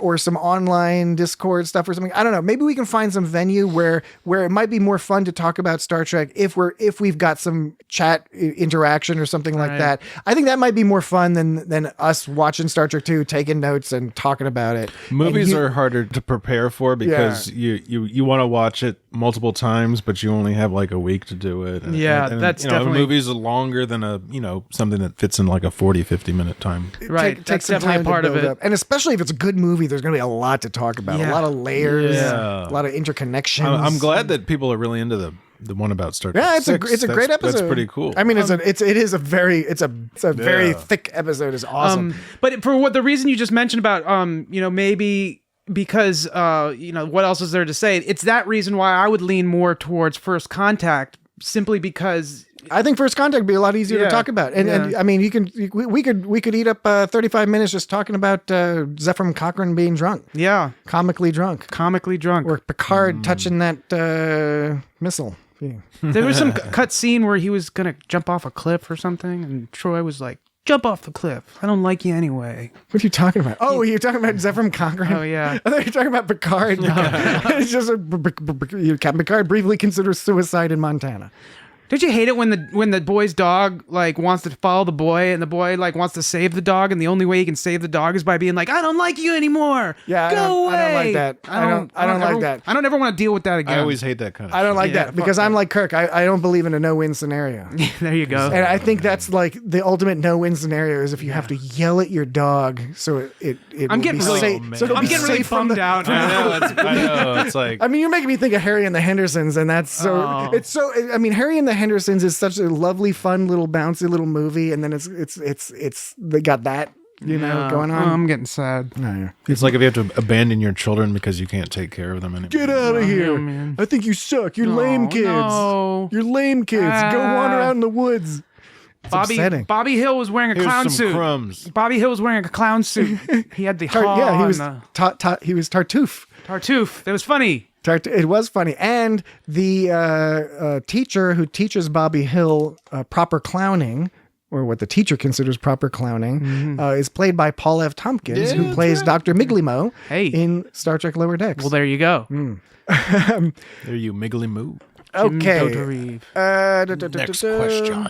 How about this is now a number of questions that are related to non-Star Trek interests and activities. So Tim from Seattle asks, what are your favorite sci-fi franchises that aren't Star Trek? If you haven't. He's assuming that we have some. Well, there's The Expanse. That's good. Yeah, Expanse is really good. I'm a big fan of The Expanse. Expanse Star is good. Wars is always sort of good, but problematic in different ways. Yeah. I enjoy It's Star just Wars. sort of always, Star Wars is always going to It's there. It's always gonna be worm there. its way into your. It's gonna worm its way into you. It's now I'm trying to think of sci-fi franchises. Battlestar Galactica, Doctor Who, Time Tracks. Okay, so Time Track. Okay, I remember Time Tracks. I watched the fuck out of some Time Tracks. I can tell you ones. Stargate, I can tell you ones that I don't have anything against, but I wasn't able to Babylon get into. 5. Time Tracks. I remember hearing about. Never saw an Farscape. episode. Wait, what is Farscape. Time Tracks? I don't even remember, but I remember hearing. It was a guy he had like a motorcycle and he had like a time closet or something. I never. Was that the one with it was like a watch thing? It might have been. I watched so much of it, and I have no memories of it. Except was like a vague guy- memories a of guy and a like kid. a leather jacket. Was a guy and a kid? Was it that one? They were jumping around in time. There might have been. Do you consider Knight Rider sci-fi? It's No. not really. It's moving in that. It's like direction. synth pop. Synth pop fiction. like synth synth fiction. I can say that Stargate I never got into. I tried Babylon 5 and I would like to try it again one day maybe. It Don't sounds bother. like you're talking about escargot. I like escargot. I tried it once. I think I tried again. Yeah. Farscape, I saw an episode and I was intrigued by it, so I would consider watching one more of weirded that. me out, It weirded me out is the thing, but But it might be in a good way. Like the labyrinth always upset me as a kid. As an adult, it still upsets me and could weirds me out. revisit But it. You never know. I like it. Like the labyrinth, the Netflix show, The Labyrinth was amazing. It was really upsetting, but it was amazing. Yeah, but I mean, obviously the Expanse, Star Trek, and like what Jesse said about Star Wars. Expanse is good. real high up there for me. I never got into Doctor Who. Old or new. I'd like to be into Doctor Who. I tried, man. It's hard. Red Dwarf is that's Red Dwarf. sort of a Yeah, that one's Red Dwarf is really fun. That was a fun show. I mean, I'm a big Hitchhiker's Guide to the Galaxy person, but I'm, books. Yeah, the books, those are great Radio books, yeah. shows, BBC TV show, there's the movie. All of it's interesting in some way. The video game, there's some, and then the Douglas Adams did the, what was it, like the Starship Titanic or something like that, some crazy, video games. But Hitchhiker's Guide to the Galaxy, those core, really those 4 or 5 original books, big fans of those. If those count. Tim from CO. Yeah, what's it called? Blade Runner, like that was one of those ones that I didn't really get the first time around in terms of I didn't understand what all the hubbub was about. But then I watched it more and it was just kind of like nice ambiance, appreciating a whole world that was created. Blade Runner's good. But I mean, Blade Runner is not exactly exciting. It's just kind of you sit and soak it in. It's got like the 2 films, so it may not be a franchise. There's the Alien franchise. There's a lot of the Alien movies I'm not that big a fan of, but the first 2 I really enjoy. Very different movies, but really, really good. Yeah, they are. I never got into Harry Potter, but I appreciate Harry Potter. Is that a sci-fi franchise? No, I guess not. I was conflating Harry sci-fi Potter's and fantasy. Sci-fi and fantasy is it's more often fantasy. They are often. Often They are. conflated. No, that's a. It's like Speculative fiction. like Warhammer 40,000. That's totally some sci-fi fantasy. I think there's another. I think there's And another. I've mentioned this before. How I love the idea. Perfect example being movie Wizards. Is that what it's called? You're a wizard, Harry. It's called Wizards. That's Wizard. Where that's called. It's fantasy sci. never late. It's fantasy sci-fi Bilbo. because Bilbo. it very explicitly Wizards very explicitly compares magic with science. Yeah. So it is a fantasy sci-fi thing, and that blending, if you can do it right, gives some really goofy, I think creepy, there's another weird vibes. It's pretty awesome. There's another email somewhere around here. I think that mentions Warhammer. The next question was, what other fandoms are you into? TV, books, movies, whatever. Would you ever think about doing a new podcast on one of those fandoms? And that's from Jeremy P. And he said, Jeremy, like Phlox's human friend, except not Lucas. I think we made that joke about Jeremy Lucas being like the most human name, like the most boring human name. Dr. Lucas. Well, since we're branching out, this is actually sci-fi that I like. I was a big fan of the Mass Effect games. I think those are great. I haven't played those. They're great. I'm vaguely familiar with the setup. There are problems with the story and how it comes together, or how things go along the way. Certain things don't make sense, blah, blah, blah. But I'm able to suspend my disbelief because it's so engrossing, the whole experience. And some people rail on about, most people love it, but every once in a while you get someone writing about like all the shit that doesn't make sense. And I appreciate those writings because they're interesting, but it doesn't bother me in the way that's. And when you say it doesn't make sense, because some people say, oh, this, I don't like this because it's bullshit or whatever. It doesn't make sense. But I always like to clarify whether it's not making sense, it's not internally consistent, or if it's just silly and ridiculous. Because there's so much stuff that I enjoy. Take Back to the Future. Back to the Future is brilliant. It's wonderful. most of the rules they set up for time travel don't make any fucking sense in Back to the Future. It's kind of inevitable. Especially the whole that, you got the picture where the people are melting away, It's if they weren't there, someone just took a picture of their backyard, like a nondescript picture of their backyard. But it doesn't matter because of the fact that in Back to the Future, it's still internally consistent with itself. Right. And Star Trek is like that too. There's so much stuff in Star Trek that's absurd, but and they definitely can contradict themselves from time to time. But there's this kind of effort to be like, well, it works within itself. One thing is there's tonal shifts between the games, and that's kind of expected because it's a video game and they get bumped. Different things happen. One thing, but there's this website I used to read a lot from. It was called 20-Sided. The writer's name is Seamus Young, but he writes these long form essays on these games. It's actually they're really interesting. But he was railing off on Mass Effect for all sorts of things. Some things really valid, other things that were like he was saying, but what do they eat? Meaning like they've got all this stuff. Where are they getting their stuff from? Oh, there's this evil faction that somehow has a military that rivals that of our intergalactic super space force. Where does this dude get all this money? Where is he building these ships? You know what I'm saying? Like if you have some leader if you have some corporate guy that owns all these ships that somehow can compete with your Galactic Federation of planets or whatever the version of this game, where the Federation is getting their shit from, but where's this random corporate dude getting a billion ships from, and where's he building it, and how come nobody's ever... that kind of minutia, and that's the kind of stuff I can kind of look past, but... People also thought the ending was silly, I guess, because they didn't think it gave you enough control. Well, it gets back to the point that comes up in a lot of discussions about Star Trek as well as Star Wars and other things, which is sometimes it's about telling the story they want to tell. And so they will move the pieces around to tell whatever the story they want to tell. And the only issue there, I think, ever is if it doesn't pay off. If the story they tell is worth it and interesting, you will overlook any quibbles about how the story is set up. There was a lot of complaints about how Mass Effect basically paid off, and the BioWare redid. Well, they added to the ending. They specifically went back and extended the ending. I think I remember people were so pissed about it. Yeah, that's the main thing that people rail on about, but. Railing on. What about other books, fantasy books? Because you mentioned fantasy stuff. I mean, I know we're all into Lord of the Rings, right? I'm like super into reading Lord of the Rings, History of Middle Earth. I'm really into Wheel of Time. Jesse's all about the Wheel of Time. I was into those George Martin books before they made TV shows about them. but I'm still into them, even though they made TV shows about them. I remember when I was in elementary school, I read a lot of those Dragonlance books. Hey, I read a lot of those Dragonland. Why do you have that accent? You were doing it. I wasn't doing that. You're like, I read a lot of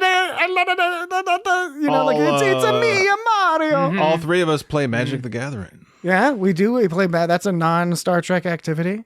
But it's tangentially related. At least, speaking of, Tarek, who sent us that earlier email, I joked before, I don't know if this was intentional or not, but so Tarek introduced me as a young teen.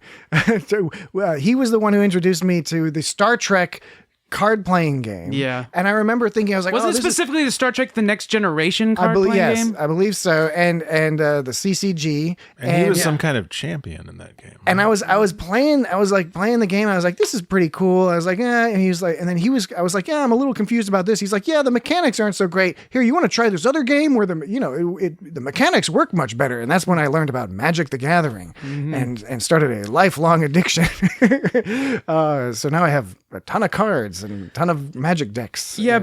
It's a very time-consuming hobby. It is. Before Magic, I remember getting into those Games Workshop games, and before Warhammer, the first Games Workshop game I played was Blood Bowl, which was basically an American football style fantasy game, and it's badass. And you and I played the fantasy Warhammer for a little brief time. Yeah, we did. We played it in the basement of a house where you lived. We played it all over the floor. We left it set up for days. Yeah, it was quite a time. We'd play for 3 hours and get 2 turns done or something. We'd go step by step and take it double check the rules each time and make sure are you cheating? Are you cheating? And if it was with one of our friends we know, he would always measure. He would always argue with us about line of sight and stuff. He's like, you can't see him. Warhammer's got a tape measure where you measure out. some distance how you move, man. And we were measuring twice and moving once. And then however you're covered, it affects your dice roll. And he'd be like, "No, I think that's partial view or whatever." And it's like, "No, it's not." And you're like, "Yes, it is." We know a guy that likes to bend the rules, man. He likes to, yeah. He's quite a fellow, but yeah. he's bending them rules. Let me go through because we're almost out of time here. But I wanted oh no! I wanted to make sure 100th episode. I know we got so many things going on. There's so here. much to talk about. So I'll summarize some of these. One person's basically asking. They said that they get the impression that some of us are musicians, and what type of music do we like to play? What type of music do we like to listen to? I'm not a musician. These two other gentlemen. You played music. You played trombone. Yeah, but that doesn't make you a musician. I was in chorus. I can sing a tune here and there. I can make some bleeps and bloops with my mouth. But in terms of reading music, composing music, understanding music, I think the musician label is a little sort of I overrated. understand what you're saying. Yeah, but I'm trying to convey the distinction between the level of musical capability I have relative to you guys, Dan and Jesse. It's a sort of I was about to say it's like a Salieri Mozart situation. It's like, I'm not fucking Salieri. Salieri could compose some pretty good tunes. He was pretty fucking good, actually. Guy was actually good. He's got some pretty jaunty tunes there. That old Salieri, even though he always insisted on Italian. Antonio J. I played trombone up for many years, up through first part of college. You're pretty good on keyboard instruments. I played piano for a while, and that's a great instrument. I've always said for music theory or composition. I still often think in my head when I'm picturing chords and things and notes, melodies. I always have a keyboard that I picture in my head. It's sort of like the typewriter of music. Yeah, you sort of like work out, or the calculator of music. And it's highly competitive, but it's so worth it just to give you a great understanding of music in general. You can know your way around the keyboard, but to play, there's people that are pianists, and that's a whole other level. That's a whole other level of what that's peeing. You really accented peeing. No, I did not. You're totally being penis. Okay, please continue. No, please continue. Yeah, talk about the penis. Well, the piano is a really hard instrument, but lots of people can they know their way around the piano, but there's a whole other level of playing the piano. And then, you guys both have played. That ain't me. Guitar, bass guitar. Yeah, I play guitar, and I really enjoyed electric guitar. I really enjoyed playing bass guitar in rock kind of bands, because I think the trombone was kind of a good transition to that, because trombone has that similar role of you're the low brass, you're kind of the bass rhythm, but you also have a melody as well. You're kind of a hybrid. If you want to, you can always just toss it in there. I always like bass clef stuff, right? Because in chorus I was saying bass clef. I dabbled in trombone. I dabbled in bass guitar. You and Dan, you're playing bass in some punk bands, and generally with punk bands, the bass has a more prominent role than in other rock bands, which is sometimes. Yeah, and it's true, which is funny because a lot of it's often underutilized in punk bands, but it's so ripe. But the picking, it's often done. People would do more with it than you say in a metal band where it's just sort of background. Yeah, right. Sort of this, it's this communication between the melody and the rhythm, and just this, exactly. You have more of a role, but the rhythm is going to get you. Yeah, that's what I hear anyway. I've heard about how that's going to get you. Yeah, it just creeps up on you. And it's going to get you again. Creeps up on you. So, music is always a hard question to answer, what kind of music you like, because, I agree. Because we like all kinds of stuff. And that's what everyone always says. Everyone always says, you absorb all kinds of stuff. When you ask your average person what kind of music they like, they're going to say, I listen to everything, because... And after a while, it's like, well, can you be more specific? It's like, no, country and western. Yeah, right. Is that from something? Yeah, it's from Blues Brothers. They're like, what kind of music do you play here? And she's like, oh, both kinds, country and western. But it's really like a fine answer to give, because there's something to be liked about all sort of aspects. I think the message here is, I think it's true of all three of us, is that we do have a very broad, very sincerely broad taste in music, stretching back into classical music. I like a lot of avant-garde, a lot of varieties, things, and a lot of more esoteric and avant-garde stuff. I think though what really opened my eyes to music a lot and that I didn't just have to like. Was the James Horner soundtrack to Star Trek II, much of which was reused for Star Trek III? So The Longines Symphonies. when I was listening, They Might Be Giants were important to my musical evolution. Queen and They Might Be Giants. when I was growing up listening to pop music and stuff like that, what we really, call it soda music here in the Mid-Atlantic. yeah. Or some places just call it Coke music. You say I like a Yeah, Coke. down in Atlanta, they just call it Coke music. Yeah. I'm sure there's a joke there somewhere about drugs, but Sure. but I would say Sure, it we'll was dig it up later. it was just like 80s punk rock is what sort of opened my eyes from like that sort of took me from your standard kind of pop bubblegum stuff, and then I started hearing punk rock and I was just like, whoa, this is fucking awesome. And then but I mean, that's not to say I didn't like other things back then, but I remember that was a strong somewhere around 8th, 9th grade, that was like a memorable sort of transition. I think that happens a lot because I think of it the same way. You know, I'm a big movie buff, and I pinpoint seeing Pulp Fiction in the theaters when I was about 13-ish, 14 years old, and I watched the hell out of movies prior to that. It's one of the reasons why I wanted to go see it, because I was hearing good things about it. And we had a friend's mom who was willing to take us because we were not old enough to get in the theater. And I watched Pulp Fiction, and something clicked in my brain where I was like, oh, I did not know movies could do that. Right. And what you're saying about the 80s punk rock music is sort of similar, where it's like it clicks a switch where you're like, oh, there are some options here. Yeah. And it still falls under this category of music. When I first heard, I remember hearing Rancid Out Come the Wolves, and just thinking like, wow, I like most of the songs on here. When before it was like you'd buy an album. Back then you bought an album because you heard one song on the radio, and maybe there was another out of the 13 songs, one or two other songs you liked. Yeah. And then I heard Out Come the Wolves. I was like, I like all of this. This is possible. And then that sort of brought me into much more, other punk rock stuff. And I really got into like Bad Brains was awesome and whatever. But then branches out to other things and other areas, and it just all sort of uses exponentially fractal pattern tree structure growth into all the fingers all over that make the veins of my mind happen. Yeah, because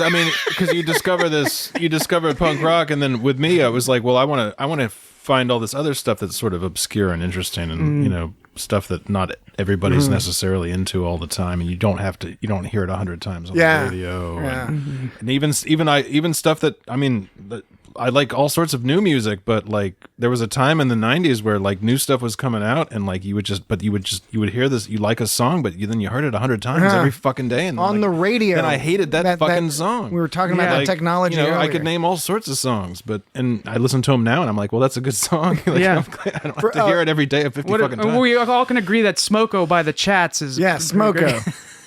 I'm on Smoko, so leave me alone. I'm on Smoko.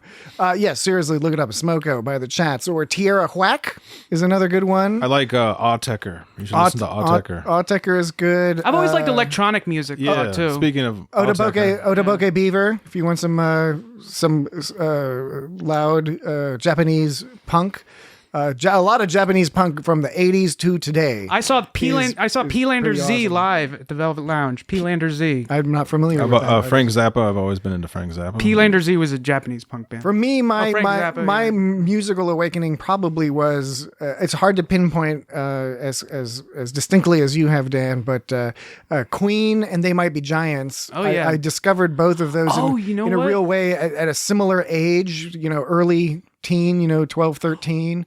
Fucking my brain. When like Particle Man from They Might Be Giants blew my fucking mind. Well, my brother bought the Flood because of that Tiny Toons episode. Yes, Tiny Toons. And actually that's interesting because that was before all that. I was like way younger than high school. I don't remember exactly how old I was, but I remember liking almost all the songs Flood on that. great. I was like, whoa, these songs are all awesome. Yeah, no, They Might Be Giants is good. And I agree with you. And Queen was, Freddie Mercury is just so wonderfully that guy was an unstoppable rocket and unabashedly flamboyant, and I think that's what I liked about it. And I think one thing I'd seen other flamboyant glam rock acts. I don't know, your Scissor Sisters or whatever. There's other people out there, even folks like David Bowie, good, really great artists that I really liked.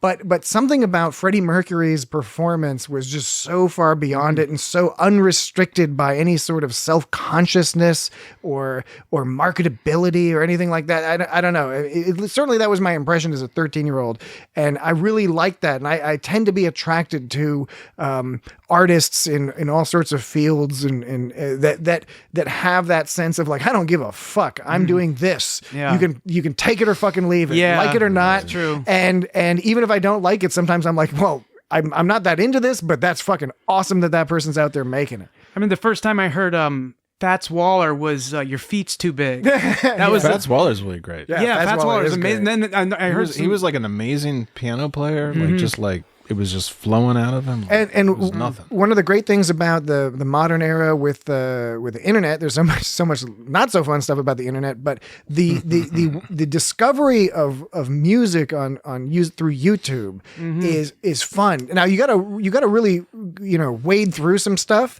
but then you'll discover all of a sudden sort of proto-punk female Vietnamese rock and roll acts in Vietnam during the Vietnam War. Yeah, during the fucking Tet Offensive. Producing amazing, hard to describe stuff. Look for stuff internationally, and not internationally just contemporary, but internationally through time. There's all these recordings, like the Nigerian police band. I There's forget the name. all sorts of stuff happened in Africa in the 60s and 70s, like Asia, Europe.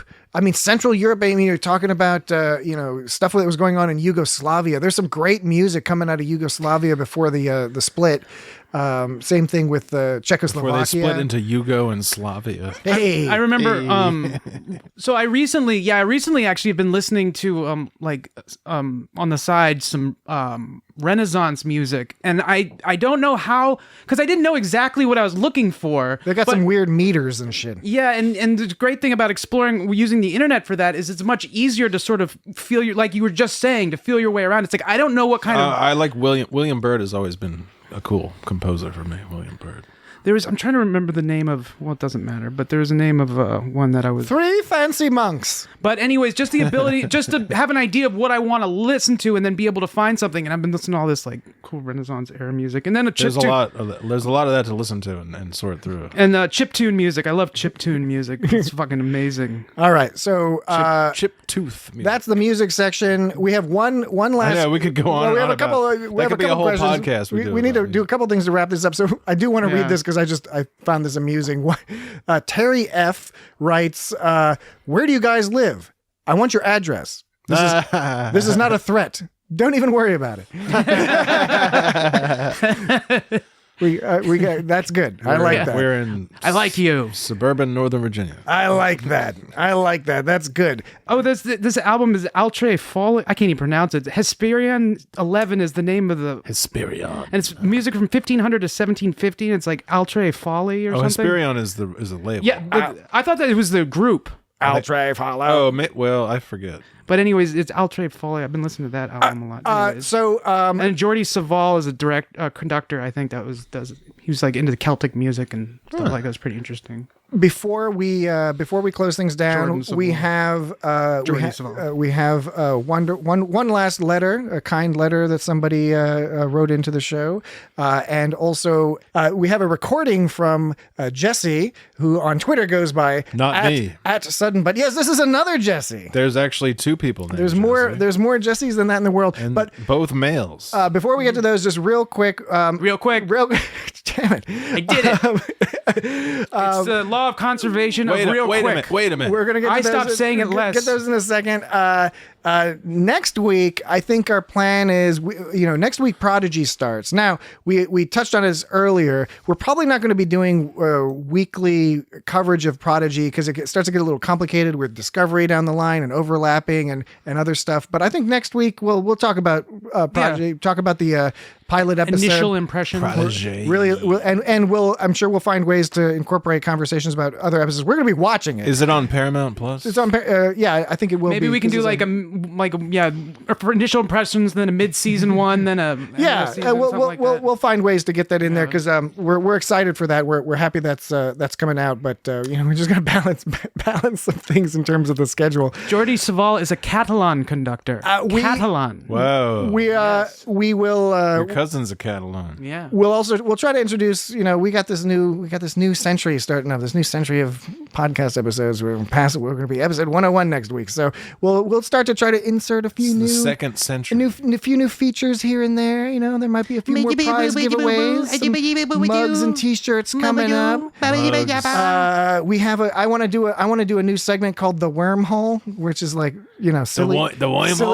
silly Star Trek stuff from the internet because I've been digging around finding some pretty ridiculous. Pulled it right. So it's not humor. That's not humor in Star Trek. It's just silly Star Trek media pop culture stuff. I'll give you an example. One example could be this is like a preview of the Wormhole. A preview on the TV. I found somebody on Reddit had asked. Somebody on Reddit asked, if you had to pick, would you rather live in a magical fantasy universe like Lord of the Rings, or live in an advanced technological universe like Star Trek, Warhammer, etc., and why? Why do people ask these God, questions? I would never want to live in an old fantasy world. It seems so neat. I would totally love to. I know it makes more sense to live in the future. I would go for fantasy. I want to live in the fantasy world. I want to be all dirty and there's just fucking shit everywhere. Just scrabble around in the fucking dirt. Not in a fantasy but world. I want to see some glowing elves It's off clean. in the distance in the woods. Yes, I would like to see that too. Nobody ever shits. Nobody ever shits. I would love to see all that too, but it's not worth having to shit out my window and eat other That people's doesn't happen piss. in fantasy. Hey, if you don't want to smell their shit. That's only Dan, medieval history. If you don't want to shit out your window, just don't eat it in the first place. Don't eat. Okay, that's a good idea. Don't eat it, dude. What do you put in your toaster? Toast. No, you put bread in the toaster. They're so bored out there. He had to change his name to Chris Bread. They don't have anything to do because there's no TV. So you know what they do? They smell each other's shit all day as entertainment. This is what they do in the fantasy world. What kind of fantasy world are you living in? I would be in the basement looking over lore. That's your fantasy. So now this is where fantasy. That's your fantasy. I'm talking about the I think Jesse makes an excellent point. No, there's a difference between. Are you a coprophasiac? Look, is it coprophagia or coprophilia if you like to eat it? Coprophagia. Coprophagia is eating it. Coprophilia is loving it. Yes. Look, not necessarily sex, but loving it. Fantasy has different meanings, just like comic books are not necessarily comedic. Sometimes you can spell fantasy with a PH. So just because I say that this exists in a fantasy world doesn't mean it's my fantasy. It's the reality of fantasy. The reality of fantasy. Yes, that makes sense. Brilliant. This is my favorite segment of the podcast. All right, so that's a little preview of the shape of the podcasts. wormhole. The wormhole. I don't know if we'll do it every week, but we'll fold it in there. We're just Next gonna week, we're gonna try to fluff it, fold in it, fluff it a bit. Right out of the fluff and wormhole. fold things a bit. All right, so The folding of space and time. So buttons. with that, we will go ahead and we will play this very nice recording sent in by Jesse, who is Sudden Butt at Sudden Butt. Do I have that spelled properly? Sudden Butt. Yeah, at Sudden Butt. B-U-T. Sudden Butt. At Sudden Butt. One T on the butt. It's not like somebody's sudden. It's not like a Like butt. sudden as in suddenly, not like sudden. It's not like a surprising Sudden. rear end has appeared and sort of caught you off guard. Sudden Butt. Or the Cowboy Bebop podcast. So, here we go. Did you hear what I said? Your Cowboy Bebop podcast. Yeah. I was just saying. Everyone heard. Yes. you. Yeah. No. I was repping the cast. No. Okay. No. I understand. I was momentarily confused because I thought there was like a punchline going. No. It was just saying that All right. Let me play this very nice message from our friend here. Hey there, Patrick, Dan, and Jesse. This is a little bit awkward. My name is also Jesse, but with that out of the way, I have to say, I am a huge, huge fan of It's Got Star Trek. You guys have inspired me to watch series and episodes of Star Trek that I have never seen before. The natural chemistry that you guys have is something that I think every podcast in the world probably strives for. But you guys just nail it. And I think that just comes from knowing each other so well. And you have such a perfect mix of extensive knowledge of the lore without having too much, adherence to it. You know when to disregard canon and when to just let things be. And I really love that about your show. I also got to say, I feel smarter when I listen to you guys banter back and forth, hearing you give each other a hard time over word choice or, things like that, I think is just, I love it. It's delightful as somebody who, a lot of my real life friends don't talk Star Trek. So to have somewhere that I can go and feel like people that are on my level with, their dedication and their enjoyment of these series, it's a gift. And from everyone who listens to It's Got Star Trek, I want to say thank you to you guys because you are doing an amazing job. And please give us at least 100 more episodes because I am burning through them at probably an irresponsible rate. And I just want to say thank you guys for giving us a chance to, say thank you back to you guys. So thank you. Live long and prosper. Well, thank you so much, Jesse. Yeah. Other Jesse. And by the way, our Jesse is pretty positive we're going to be doing 800-900 episodes of this podcast. Right. He seems very confident in that. 4 or 5. I like the idea of burning through the episodes at an irresponsible rate. Yeah. It's like almost upsetting. It's like, no, calm down, slow down, calm down. It's okay. You got to space it out. We got to do more podcasts. There are other podcasts available. No, but we really do appreciate that. That's a wonderful sentiment. That's super awesome. And I like it. I really like the idea of hearing, it's like listening to your podcast makes me feel smarter. I don't know. He's smarter than us. I know what he means. But to hear something like that is pretty cool because it's because I think, yes, I know the idea is almost hard for me to fathom. Yeah. Like from my perspective, it's hard to fathom that, but it's super awesome to hear. So, we appreciate it. That's great. And finally, there's one last letter. Dear Dan, Jesse, and Patrick, I couldn't come up with a question, but I did want to write to thank you for putting on a great show. It seems like you all are really just having a good time, and that is infectious. I used to listen to the episodes on the weekend, but started saving them to listen to at work since the distraction keeps my mind off the drudgery. Sorry. I hope you find more fulfilling work in the near future. I hope you keep the podcast going for a long time. I listen to a lot of podcasts and a lot of Star Trek and other sci-fi podcasts that I love, but you guys are really funny, unique, and bring a fun perspective. Plus, you bring up things I never thought of or read about before, even on classic episodes. Keep up the good work. Kenneth also calls himself a big old fan. And then P.S. I did think of a question. What are you worried about? Hey, I like it.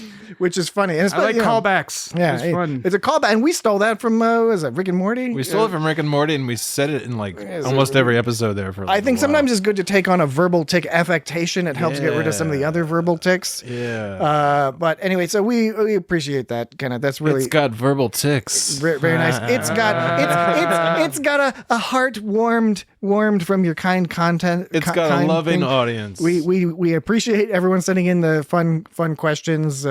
Tarek and Jesse and everybody else. It was really, really fantastic.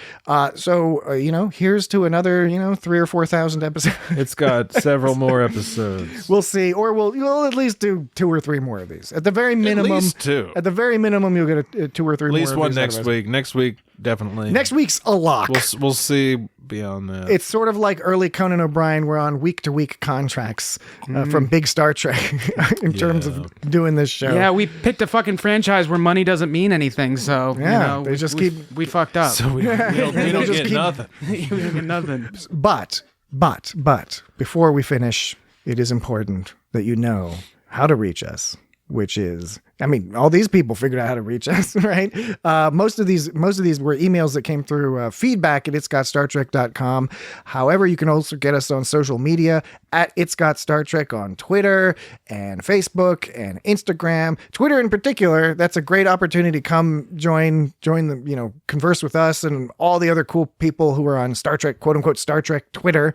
And I don't know, something I kind of want to try. I've seen other people do it. I haven't participated yet, but they have these Twitter spaces Spaces. That's some new thing they have on Twitter where it's, I don't know, it's some sort of like live chat room basically that you can create. So, we're going to try to play around with some more of these things as time allows, as our schedules permit, because it would be fun to do a little bit more interaction with folks, and not just the asynchronous interaction provided by email and social media, but also some of that more synchronous communication. Speaking of synchronous communication, okay, that's not a good, that segue doesn't make sense because I'm trying to get to the YouTube part. Okay, I mentioned Jesse has a Cowboy Bebop podcast. Yes. I didn't get a chance to say his sudden but inevitable rebop. Yes, Sudden but Inevitable Rebop, which is a fantastic title for a podcast. Yeah, it's the premise basically says it's a Trekkie and a longtime anime fan take a brown coat and a Star Wars fan who have never seen Cowboy Bebop before through the series, one episode at a time, with some serious help from the friends and listeners. Browncoats are Firefly fans, right? Because that's a franchise we didn't mention, which I'm a huge fan of Firefly. That's a good show. How could we forget Firefly? Yeah. It's so good we just assumed we mentioned it. You can't take the sky away from me, goddammit. Yeah. That's not, I mean, that's a quote. It's a variation on a quote from the show. It's been a long time since I've seen the series. It's got that guy from been a long time. Dodgeball Getting from that there wanted to be a here. pirate. Yes, Firefly is good. Okay, well, so YouTube, listen to other podcasts that are much better than ours, much more well put together than ours. But if you do want to listen to us, you can find us on YouTube. We've got a lot of cussing. Apple Podcasts, Google Podcasts. We got cousins and uncles and Google aunts. fucking podcast. Amazon and Stitcher, Your mom. and all those other things. Your mom. All over your mom. And next week will be, I don't know the name of the episode yet. I don't know if they've released it, but we will be doing the very first episode of Star Trek Prodigy. It's called Firestarter. And We totally made that joke several episodes ago. I did. You made a whole thing about it. Yeah, because when Prodigy got announced, I took the album cover from, I think it's from Firestarter. That's called Fat of the Land. Yeah, with the one with the crab on it on the beach. That's the Prodigy, the band from the 90s. Their album cover, and I replaced their logo with the Star Trek Prodigy logo, and then I put a little Starfleet emblem on the crab's chest. And I was thoroughly delighted with this meme. I put it out there. Everybody loved it. Lots of people loved it. I did not get nearly. I thought I should have been getting calls from CBS News asking to interview the author of this meme. The author of this meme, because of the brilliance of the meme. I like that idea. But yet nothing yet. Maybe it's because Prodigy's not on the air yet. So I'm gonna plop it out there. You're ahead of your time. I'm gonna plop it out there this week, even though it's a meme from a while back. I'm gonna plop it out there next week and see if we get more traction on that. But otherwise, we wish the best for you for a fruitful coming week. A fruitful coming week, full of fruits, bananas, which you can then turn into jam. mangoes. You can turn into preserves. You can use them in a cake. Have you ever had a mango preserve? You can just snack on them. So all these fruits coming your way. We want you to just have all the fruits in the world. Pumpkins. And when you've got your fill of fruit, that by that time it'll be Saturday next week. And cucumbers. You'll be ready for the next episode when we discuss the first episode of Prodigy. Peanuts. So until then, we will talk to you later. Macadamia Have a good day. Have a good week. Steak. We gotta stop this podcast in some way or another, but we're getting there. Crab legs. We're almost there.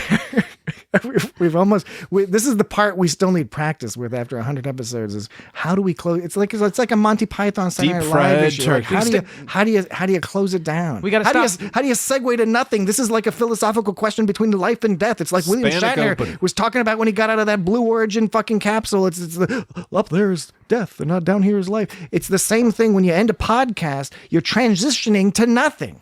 We got to stop practicing like during our recording.